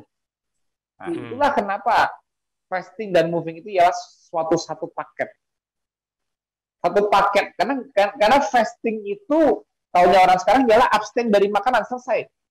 Normalnya di masa lalu tidak ada yang namanya fasting. Yang ada nggak makan karena nggak ada makanan, jadi harus mencari makan, bergerak. Saat mereka bergerak mencari makan, mereka ngegas, dikeluarin lemak di badannya itu dengan TBS-nya. Lemak yang berada di darah dipakai sebagai energi. Lemaknya dipakai buat skeletal muscle bergerak, lemaknya dirubah jadi keton buat otak, sehingga bisa putar otak mencari makan. Kalau aku putar otak buat menyederhanakan fisiologi di TFH. Sama kan? Butuh brain power kan? Brain power ini kalau coba aku terakhir makan maghrib kemarin.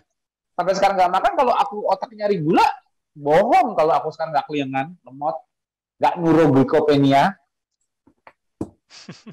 Artinya apa? Artinya aku di kondisi apa? Aku di kondisi ketosis. Inilah why-nya kamu mau ketosis. Artinya apa? Kenapa saya mau ketosis? Kenapa aku pribadi mau ketosis? Karena aku mau kembali ke fitrahnya, di mana otak, motornya manusia, sumber berpikir, sumber menggerakkan skeletal muscle untuk produktif, itu selalu energinya konstan. Caranya gimana? Kenalkan otak dengan pipi perut paha yang sebenarnya manusia. Ya kan? Tangki bensin yang bahkan bisa melimpah. Energinya melimpah untuk diakses. Aku aja yang lemaknya di bawah 10% aja masih bisa ngambil dengan mudah kok. Apalagi yang lemaknya masih di atas 20%. Apa nggak enteng tuh rasanya badannya? Gampang banget ngeluarin lemak masih banyak. Kalau aku lemak masih dikit aja, yang harusnya butuh simpatetik tinggi, aku tetap masih biasa ngeluarinnya. Nggak berat. Nah, ya, tapi karena aku tetap menjaga 24 jamku selalu bagus, supaya apa? Supaya gasku itu enteng gunainnya. Kalau gasku udah berat, makanya gara-gara stres yang ketinggian, ya berat lah. Susah lah ngeluarinnya. Lemes terus bawaannya. Itulah pentingnya tidur sebagai modal awal. Nah, jadi kalau saranku buat Mbak Trul ini, matangkan di makanan, how to-nya, boleh nanya Mas Sidik, atau siapapun boleh, tapi harusnya nanti self learning, bisa baca NF nutrition fact, bisa decide sendiri. Oh ini jelas nggak bisa, karbonya gede. Karena misalnya gini, ini boleh nggak ya? Wah, balas-balas nih jawabanku. Mas Tio juga belum balas-balas nih karena antriannya banyak. Aku nanya ke Mbah Google Google. Misalnya gini, Google, ini ada makanan, misalnya apa contohnya? Tape boleh nggak ya? Saya nggak tahu tuh, tahunya makan tape, misalnya sukanya tape. Tapi boleh nggak ya? Tanya Mas Sidik nggak dibalas. Tanya, aku masih dalam antrian, pas dibalas kalau aku ya, cuma antri. Paling cepat jawabnya selalu sedia siap saja, Pak. Buka Chrome atau apapun browsernya, ketik google.com, search engine, masukin tape nutrition fact. Keluar karbonya berapa? Wih, gede. Langsung. Nggak jadi nanya Mas Sidik, nggak jadi nanya Mas Tio. Udah nyari di Google. Itu dong, itu how to. Mudah. How to itu mudah, apalagi di zaman informasi teknologi seperti ini. How to itu sangat mudah, apalagi untuk milih makanan. Aduh, itu mudah banget. Why-nya yang penting supaya how to live-nya. Jadi nggak cuma how to eat-nya aja. How to live every day-nya kita tahu. Wah, ini aku udah lapar nih, berarti aku nggak boleh panjang-panjang puasa dulu. Atau aku mau panjang puasa, tapi kok gula darahku naik, wah berarti aku terlalu stres. Badanku tahu stres kalau puasa panjang. Keren sendiri. Oh, aku kok puasa kayaknya lemes nih, bawaannya cepet lapar terus. Padahal tidur bagus, aku tidur udah bagus, tapi kok cepet lapar terus ya? Nggak bisa puasa sampai jam 12 ya. Oh, ternyata puasaku duduk mager. Coba deh, besok aku tidur bagus, puasaku bergerak. Iya lo nggak lapar bisa sampai jam 12? Kenapa? Ya iyalah, tadi keluarin bensinnya. Nah, oh ternyata seperti itu. Oh ya. Kok gula darahku naik lagi? Oh, aku kemarin olahraganya kebanyakan, belum waktunya. Baru pertama kali olahraga aku terlalu nge-push. Wah, jadinya badanku stres. Oke, kurangin lagi olahraganya, intensitasnya diturunin dikit. Fine tune diri sendiri. Kok aku makan kayak kurang nafsu makan ya? Wah, ternyata aku banyak pikiran. Jadi pencernaanku nggak bisa terima makanan nih. Untuk makan, pencernaan harus ditembak sistem saraf vagus nerve yang parasimpatetik, yang rileks. Ini aku lagi stres, banyak pikiran. Pantesan vagus nerve aku, vagal tone aku turun. Kok kayaknya makan sebentar aja cepat kenyang, makan sebentar aja enak. Wah, ternyata karena vagal tone-nya lagi turun, sistem saraf rileksnya itu lagi turun, ternyata pankreas itu nggak keep up buat enzim-enzim pencernaannya. Yang ada malah aku cepat mual. Yang ada malah aku diare. Yang ada malah makananku nggak terdigest sempurna. Masukin 100, harusnya 30% masuk, ini cuma 10%. Sisanya kebuang khusus besar. Diambil anak kos. Malah anak kos itu bakteri mikrobiota. Akhirnya aku malah nggak efisien dalam mencerna di usus halusnya. Karena apa? Enzim pencernaanku nggak sempurna keluarnya. Makan berlemak pun juga mual. Kenapa? Asam peduku nggak bisa keluar dengan cepat. Karena kontrol-kontrol semua untuk digesting itu ya semua kontrol saraf rileks. Jadi sebelum makan, pastikan saya rileks. Pastikan saya nggak banyak pikiran sebelum makan.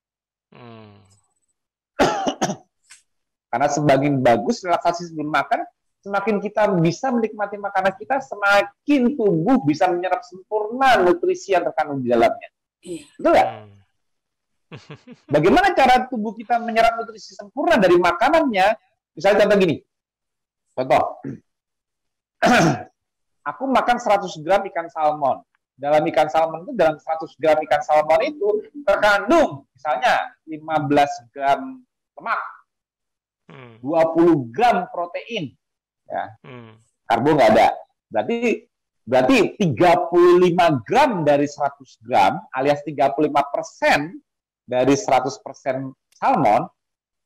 Kalau aku pencernaannya bagus, enzimku aku melepas proteasnya bagus, lipasnya bagus, asam pedunya juga cepat, mengemulsikan lemak yang ada di salmon, dipotong-potong lipas, diserap sempurna, artinya aku bisa mengekstrak 35% dari 100 gram salmon untuk masuk ke sistemikku melalui limfatik maupun hepatik portal. Lemaknya lewat limfatik, amino asidnya lewat hepatik portal, langsung ke liver baru didistribusi ke tubuh. Itu pengennya aku. Syaratnya apa? Syaratnya ialah kontrol saraf di empedu, di kantong empedu, kontrol saraf di pankreas yang mengatur enzim pencernaan, relax sehingga dia mudah. Kontrol ke lambung untuk asam lambungnya sempurna sehingga bisa mudah mendenaturasi proteinnya. Sehingga aku bisa mendekati efisiensi. Sebetulnya sih nggak pernah benar-benar bisa gini. Dalam NF-nya salmon itu ada 15 gram lemak, 20 gram protein. Berarti 35 gram ya, berarti 30%. Sebagus-bagusnya kita nggak pernah bisa benar-benar mengekstrak 30%. Itu karena hukum alam. 30% lah, 5%, masih ada loss 5%. Ada loss protein dan lemak yang dari 5% itu nggak keambil. 30%-nya keambil. Tapi berapa tuh? 65%-nya itu udah jelas jatahnya anak kos. Jadi makan, jadi jangan, aku nggak mau denger ya, aku nggak mau denger ada yang bilang, wah saya nggak BAB, kenapa? Karena saya cuma makan ikan, telur, ayam. Nah, ikan gini deh, aku nggak mau denger nih, yang kadang-kadang ada pertanyaan bodoh dari para, ya aku pokoknya pertanyaannya itu lucu gitu, aku bikin ngakak lah. Mas kalau induksi terus gimana bisa BAB? Ya BAB. Nah, kan saya cuma makan ikan, telur, ayam. Terus kenapa emang kalau makan ikan, telur, ayam? BAB-nya dari mana? Nih, buka NF-nya salmon deh, yang paling nutrisinya tinggi, yang proteinnya paling tinggi. Itu pun cuma mengandung 35% dari 100% salmonnya, 100 gram. Kita bisa mengekstrak 35% itu semua itu sulit, paling 30%. Berarti 65%-nya kemana? Menguap gitu? Hilang kan? Enggak, ya serat. Pasti ke usus besar nggak itu? Pastilah. Nah, Mas, bukannya di usus besar itu butuh serat untuk menghasilkan short chain fatty acid? Emang kalau sisanya dari ikan itu bisa difermentasi mereka? Lah memang kamu kalau makan ikan di toilet keluar ikan lagi nggak dibusukin? Kan lucu kan? Ya kalau terjadi pembusukan itu terjadi fermentasi, terjadi short chain fatty acid. Bener nggak? Lucu nggak jadinya kalau makan ikan nggak bisa BAB? Bingung. Hebat banget. Nggak kemana itu? Kita bisa makan ikan, telur, ayam aja nggak pernah makanan bisa 100% nilai nutrisinya sesuai beratnya. Nggak bakal pernah ada yang real food. Itu aku jamin. Bedanya jelas. Kalau kamu makan, contohnya apa? Sayur, bayam. Ya. 100 gram bayam cuma mengandung 0,5 lemak, 0,5 protein. Berarti cuma 1-2%, 1-2 gram dari 100 gram bayam. Artinya di usus halus cuma bisa keambil 1-2% dari total beratnya. Sisanya ke usus besar semua. Ya sisanya udah jelas jadi feses semua. Ya itu nggak usah dipertanyakan lagi. Tapi namanya orang makan, nggak mungkin dia nggak menghasilkan feses. Nggak mungkin ada makanan yang 100% keserat sempurna. Itu nggak ada. Itu sering muncul loh. Itu yang kadang-kadang aku nggak... Itu mungkin kurang minum. Enggak. Kalau dia minum banyak... Kalau feses itu pasti ada sebagai hasil dari sisa makanan kita. Dan tidak ada makanan yang 100% benar-benar terserap.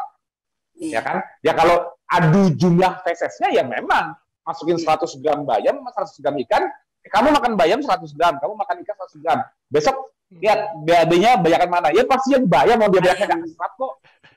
Tapi pasti bedanya BAB nggak? Ayo. Iya. Pasti kan? Nah, tapi yang banyak dikeluhkan itu teman-teman itu adalah BAB-nya keras. Jadi makanya kurang air. Iya. Bukan hanya kurang air. Nih, ini juga salah. Ini fisiologi. Ini aku mau jelasin fisiologi pencernaan. Ya. Setelah sisa makanan itu masuk usus besar, usus besar yang panjang itu ialah jalur prosesnya sisa makanan untuk difermentasikan oleh anak-anak kos mikrobiota yang bervariasi jumlahnya. Ya. Setiap orang memiliki varian yang berbeda, setiap orang memiliki jumlah yang berbeda. Yang makannya 3 kali sehari, sama cuma makan sekali sehari, di luar nama makanannya, mau sama-sama makan karbo, tapi kalau yang satu makan 1 kali sehari, yang satu 3 kali sehari, dijamin yang makan 3 kali sehari, jumlah mikrobiotanya, anak kosnya lebih banyak. Dah, selesai. Ya, pasti. Itu pasti. Hanya dengan faktor jumlah makanan. Belum lagi perbedaan jenis makanan.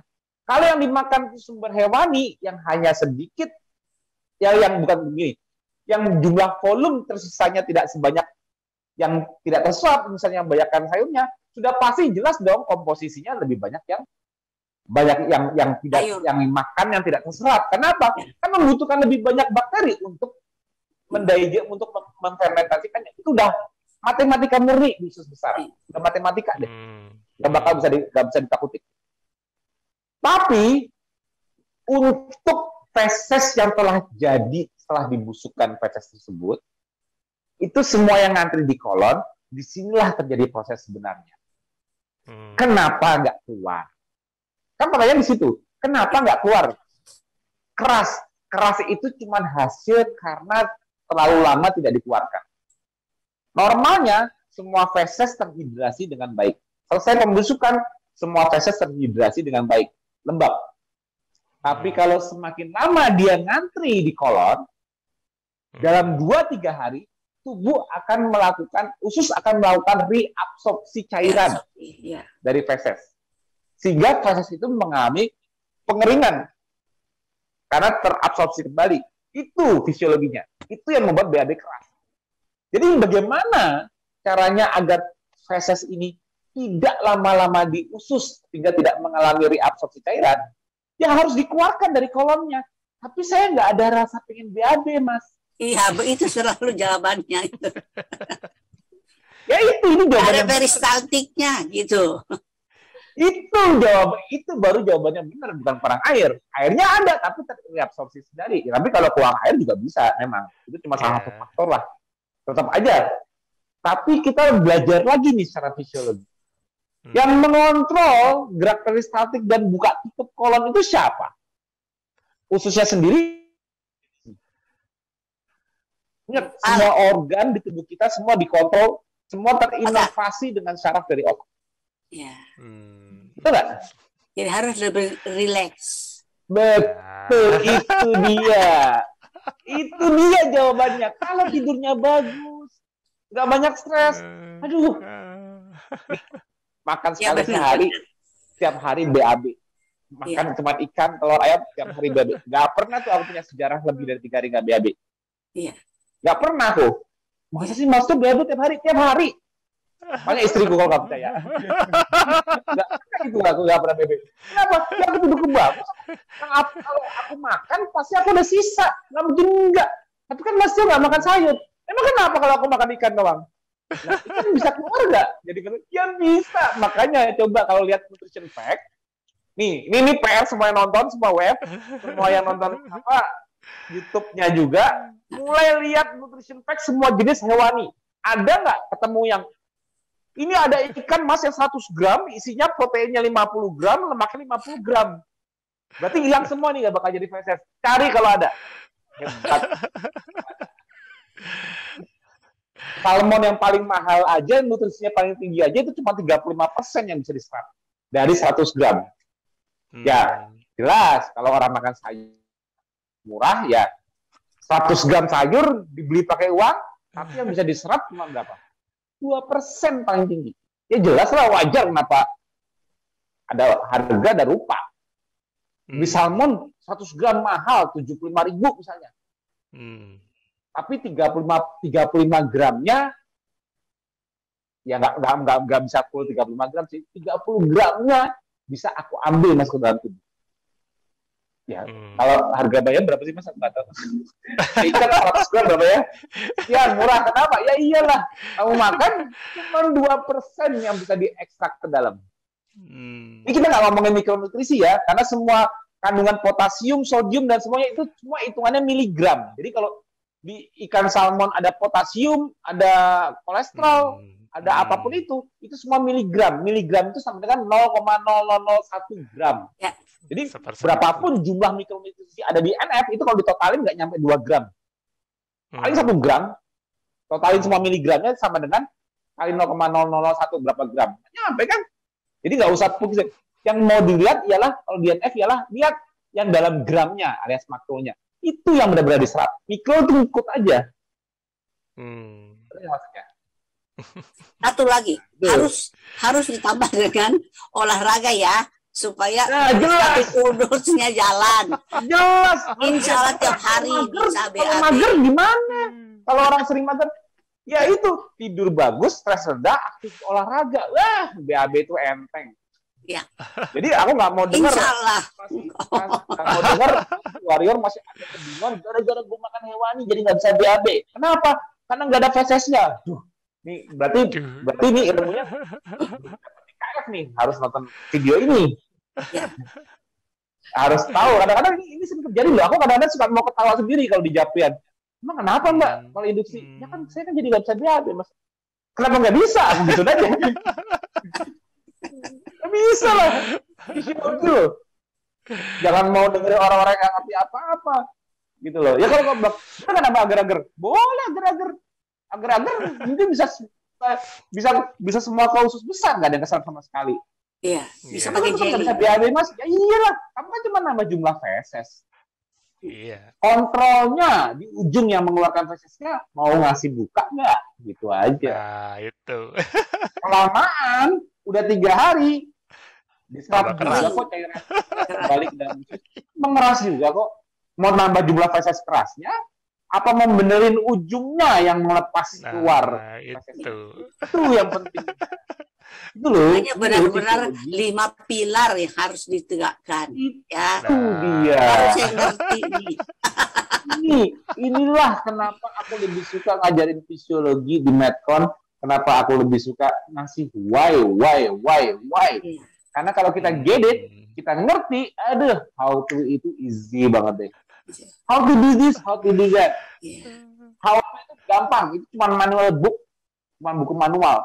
Tapi kalau kita understand, ngerti benar-benar engine kita masing-masing, cara kerjanya, wah, kita bisa jadi begini. Kalau kita ngerti fisiologi, ngerti cara pakai mobil kita dengan baik, insya Allah untuk bijak menggunakan mobil ini lebih mudah. Benar nggak? Kalau Mbak udah punya ilmu pengetahuan ini, mengenai kontrol pembuatan gula di liver, ternyata dari sistem saraf dan juga secara endokrinnya lewat kortisol, kata kontrolnya itu pengaruh bukan dari makanan aja. Nah, bisa lebih bijak nggak melihat 24 jam ke depan nantinya dalam menjalani hidup ke depannya? Kan nggak mungkin semuanya disuapin aku terus seumur hidup kan? Iya. Pasti kan harus mandiri. Tapi krusialnya kita bisa tahu kenapa 5 pilar itu penting. Kenapa? Karena itulah kontrol glikemia sebenarnya, nggak cuma dari makanan. 24 jam, karena nggak ada artinya kita nggak makan karbo kalau kita nggak bisa kontrol yang lainnya. Nggak ada artinya. Karena kan gula itu cuma akhirnya liver yang buat. Dan kita udah akhirnya ngerti siapa yang modulasi liver buat gula. Selesai. Itulah yang aku pengen Mbak Truli dapat esensinya, dan warrior lainnya nonton maupun nanti yang nonton YouTube-nya ini paham benar sehingga jadi bekal. Kalau kita jelasin how to di sini nggak selesai. Ini boleh nggak makan, ini boleh nggak. Tapi why ini jadi modalitas untuk kita masing-masing semua untuk aku mau lebih belajar lagi deh how to-nya. Saya sudah fasting sampai jam 2. Sudah 2 minggu ini sampai jam 2 siang baru saya makan.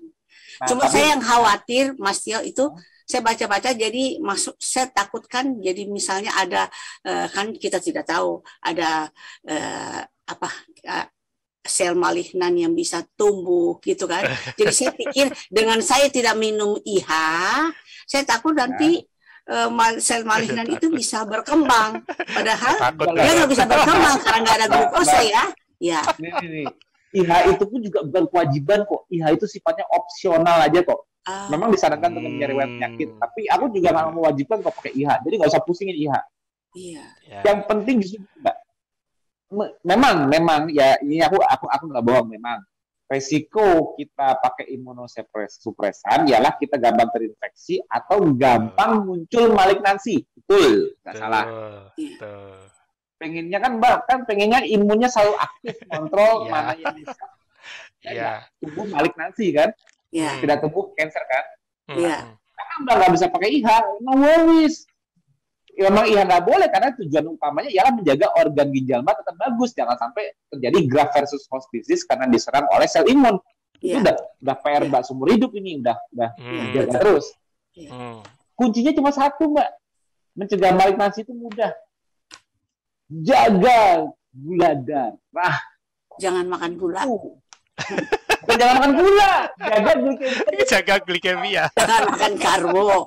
Jangan no flavor, no con. Oke.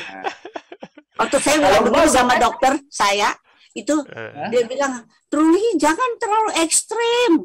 Kamu yang biasa-biasa aja, nanti memberatkan ginjal gitu. Jangan. Aku juga kalau Mbak baru mulai, aku juga belum setuju Mbak buka jam 2, mundur lagi ya jam 12 saja. Ngikutin laparnya. Jangan ikutin kalau Mbak rasa. Jadi memang oke lah kalau memang Mbak merasa mampu jam 2, tapi pastikan gula darahnya nggak tambah tinggi. Iya. Kadang-kadang kita nggak sadar, kita cuma pengen mengejar sesuatu. Ya, karena mindsetnya rata-rata darah takut. puasanya bukannya lebih turun, malah lebih tinggi. Kita lebih stres. Belum waktunya diberi stres puasa sepanjang itu. Jadi take it slow aja Mbak, take it slow. Jadi kalau Abang kan bahkan dari 5 nih, yang harusnya malah bisa start tanpa puasa. Tapi kalau memang ikhtiarnya udah mampu puasa monggo, tapi pastikan gunakan tools ngecek gula darah dari protokol untuk mengetahui apakah stresnya berlebihan saat menjalankan 5 pilarnya ini, misalnya dengan menambah fastingnya aku malah naik apa malah jadi bagus gula darahnya. Saat aku nambah olahraga tambah naik apa tambah bagus. Jadi kita sudah cek gula darah, nyari pasnya. Iya, saya cek gula darah biasanya jam 12 itu di bawah 180. 160. Jangan jam 12, ceknya selalu jam 9-10 pagi. Iya, sudah. Itu jam 9 itu jadi saya anggap sebagai GDP. Nah, itu biasanya 100 atau 116 gitu. Nah, terus saya minum VCO 2 sendok, kemudian jam 12 saya tes lagi itu masih 160 gitu. Jadi tapi saya nggak rasa lapar, jadi saya tunggu jam 2 baru saya makan. Oh, nggak boleh ya? Jam 12 ya? Ya coba deh gini, coba ya. Iya. Jadi kan tadi kan masih berapa tadi? 100 berapa tadi gula darahnya? 100. GDP-nya 116. Nah, terus coba kalau Coba Mbak buka jam 12, lihat GDP-nya bisa lebih turun nggak? Kalau bisa lebih turun dari 112, bisa di bawah 100 dengan aku memajukan jendela puasa, dengan aku memajukan jendela makan ke jam 12 pagi, aku malah sekarang 90-an.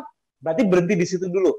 Berhenti di jam 12. Tapi jam 9 aku ada minum VCO 2 sendok. Enggak masalah. Biasanya VCO bikin naik gula loh. Enggak sih, VCO kan minyak, Mbak.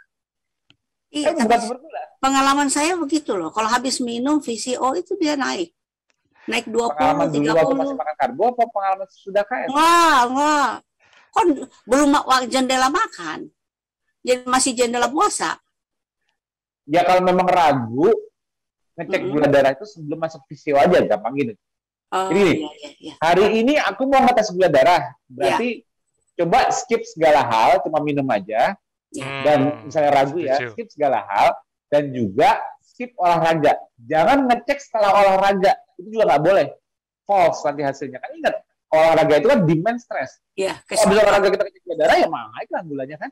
Belum turun, walaupun nanti akhirnya turun. Jadi pastikan di kondisi santai, resting, cek gula darah jam 9-10, baru lakukan. Misalnya tadi mau minum susu, lanjut. Mau olahraga setelahnya.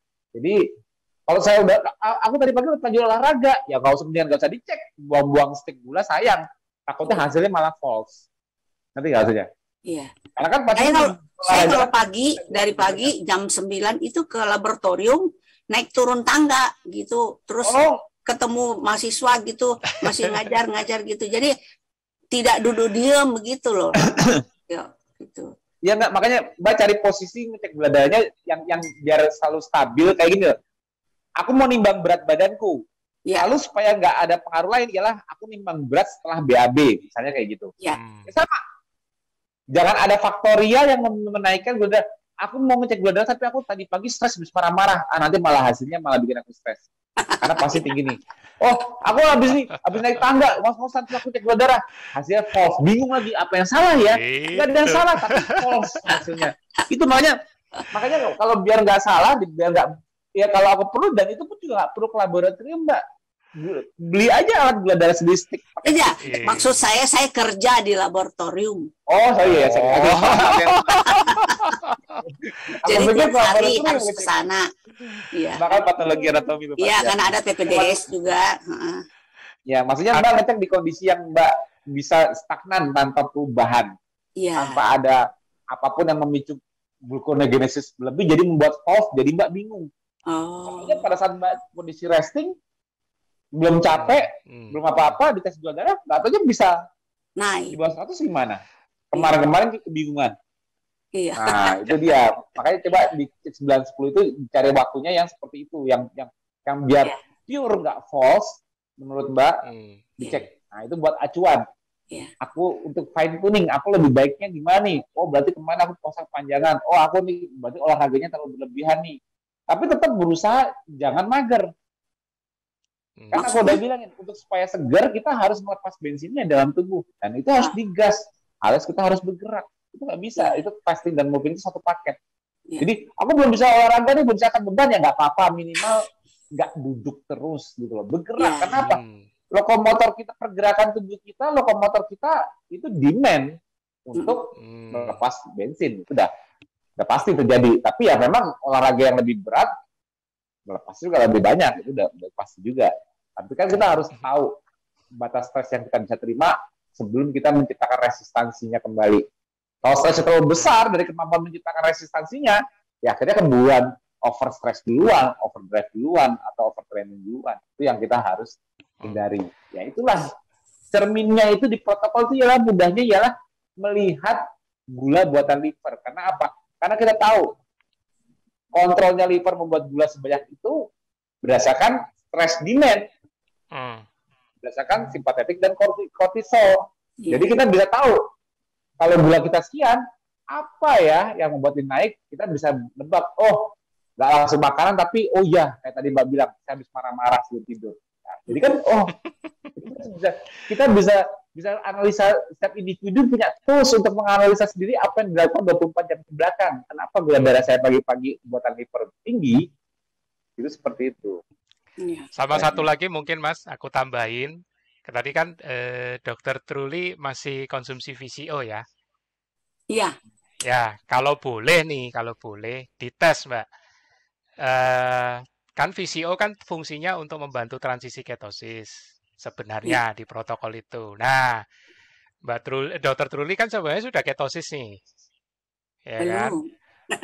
Oh, belum dari mana kan udah bisa puasa sampai jam 2 tadi, nggak mengalami neuroglikopenia. Jadi saranku coba dilepas saja VCO-nya, ya, untuk mengetahui seberapa tubuh Dokter Truli itu mampu menahan stres dari puasanya. Karena jangan-jangan bisa puasa sampai jam 2 itu karena dibantu sama VCO. Nah, itu juga boleh. Nah, padahal sementara bisa jadi tubuhnya sudah butuh asupan esensialnya nih, tapi tertutupi sama VCO-nya. Ya, udah beli VCO banyak. Yo, lah, pilih mana, mau overstress di badannya tanpa sadar atau enggak ini? Tapi dicoba. Ini bagian mengenali respon tubuh, tapi ya nggak apa-apa. Ini bagian dari mengenali respon tubuhnya Dokter Truli gitu kan. Karena jangan berpikir kayak tadi kan aku ada nangkep beberapa tuh, takut nanti malignan, takut nanti nggak bisa puasa panjang. Tujuannya puasa kan supaya cepat sehat, ya kan. Tapi ingat yang tadi Mas Tio bilang dari awal sampai akhir kan, puasa itu stres, harus kita kelola. Jangan sampai kita pingin cepat sembuh tapi jadi senjata makan tuan ibaratnya itu. Gitu. Saya coba. Ya. Gitu. Mas Tio masih ada tambahan? Kalau enggak nanti ada Nah, sedikit pertanyaan sih ya tentang boleh. jam apa ini? Jam tidur malam itu ada yang nanya berapa jedanya yang terbaik dengan pada saat makan terakhir. Nah, itu kalau misal kan tadi Mas Tio sebenarnya Ya, sudah sempat ngomong tentang kekenyangan. Jadi tidur itu bukan diusahakan harus ketiduran. Nah, biasanya kalau yang masih berusaha tidur memang akan nanyanya seperti ini nih. Berapa idealnya jam kalau aku sih, jeda jamnya? kalau aku pribadi jarakku makan dengan tidur cuma setengah jam aku. Oh, Ah, bisa. tuh. Cuma Langsung setengah jam. Selesai makan sampai pelor, tidur itu cuma setengah jam. pelor. Nah, ya, tapi bisa ya, bisa 1-2 jam. Misalnya gini, kita makan Ah. kenyangnya jam 5, walaupun tidur jam 8 masih oke. Kita makan kenyangnya jam 6. Hmm. Tapi kalau kalau saya makan kenyangnya jam 2, jam 1 siang, makan terakhirnya kejauhan. Heeh. Apalagi kalau Ah, tidur jam 8, kejauhan. benar. Atau saya makan jam 5, tapi saya tidur jam 11 malam, kejauhan. Itu jauhan. Jadi jadi 1-2 jam masih oke lah jarak dari terakhir makan. Tapi jangan jauh-jauh. Kenapa? Hmm. Kita butuh sleep drive-nya itu dari dorongan tubuh kita karena mau rest and digest, mau Oh ngedigest, iya, mau produksi makanannya. enzim pankreas.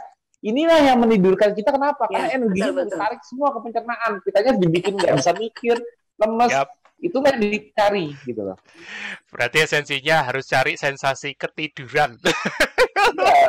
Ya, bukannya memang tidur itu ketiduran. Mana ada sih orang yang tidur hanya tidur nih pasti tidur ya. Nggak ada, pasti ketiduran semua. Betul. Dia tidur nempel di bantal, tapi pada saat dia hilang kan dia ketiduran. Iya. Nggak tahu. Ini kayaknya mau tidur nih. Nah, dia udah mau tidur nih. Nah, tapi nggak ada. Semua itu ketiduran. Jadi Oke. kalau orang yang berusaha tidur itu malah nggak bisa tidur. Kenapa? Kalau kita tidur itu pakai usaha, Iya. pakai ayo dong tidur. Itu Ya. tuh aku selalu ingatkan jangan. Kenapa? Karena itu justru malah membuat detak jantung makin meningkat, Hmm. otak kita makin alert, kita makin aware. Hmm. Jadi kita ketiduran itu ialah proses penurunan awareness malah. Kita nggak aware kalau kita dalam posisi itu. Kita nggak tahu kalau kita udah ketiduran. Ya. Jadi jangan diusahakan. Kalau udah nempel bantal, kekenyangan, pasrah, relax, mau tidur jam piro, gitu. Karena bahasa Inggris Bahasa tadi ya. Jawa keluar. Pokoknya nggak tahu lah mau tidur jam berapa, bodo amat. Yang penting udah relax, nggak banyak pikiran, udah nggak usah mikir. Karena kan lagi mencerna nih, mau mikirin apa? Ya. Kenyangan, udah nggak usah jalan-jalan, pikirannya udah lemes aja, ada pasrah deh, udah lihat besok deh. Udah tidur, udah. Tidur itu gampang loh. Yang ada tidur, karena ada kan. Mesti cari cara tidak boboin. Jadi sharing. Makanya tidur itu gampang banget. Aduh, ampun deh, tidur itu gampang bagiku ya. Aduh, gampangnya luar biasa. Dari dulu kekenyangan tuh pas aku tiduran nggak mungkin enggak. Jadi kayaknya kayaknya keinginan terbesar Dokter Truli juga tuh. Makanya tadi Dokter Truli juga kaget. Hah? Setengah jam dari makan udah bisa tidur. Aku masih butuh usaha. Gitu deh. Kalau bingung gunakan tipsku aja deh. Yang kalau nggak nyontek persis apa yang aku lakukan. Ya tapi jangan nyontek omatnya ya. Ya. Maksudnya tetap makan siang tapi selalu contek gimana aku tidur. Mau gini deh.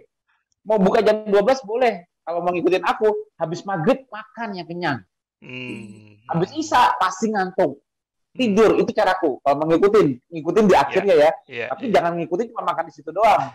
Buka juga jam 12 tapi nggak usah terlalu kenyang. Dan awalnya jam 12 jangan kekenyangan. Supaya pokoknya gini, malam bisa makan banyak. Dan terkenyang itu habis maghrib. Ya, pokoknya makan malam dia. Nggak apa-apa. Gitu loh. Oke, mantap.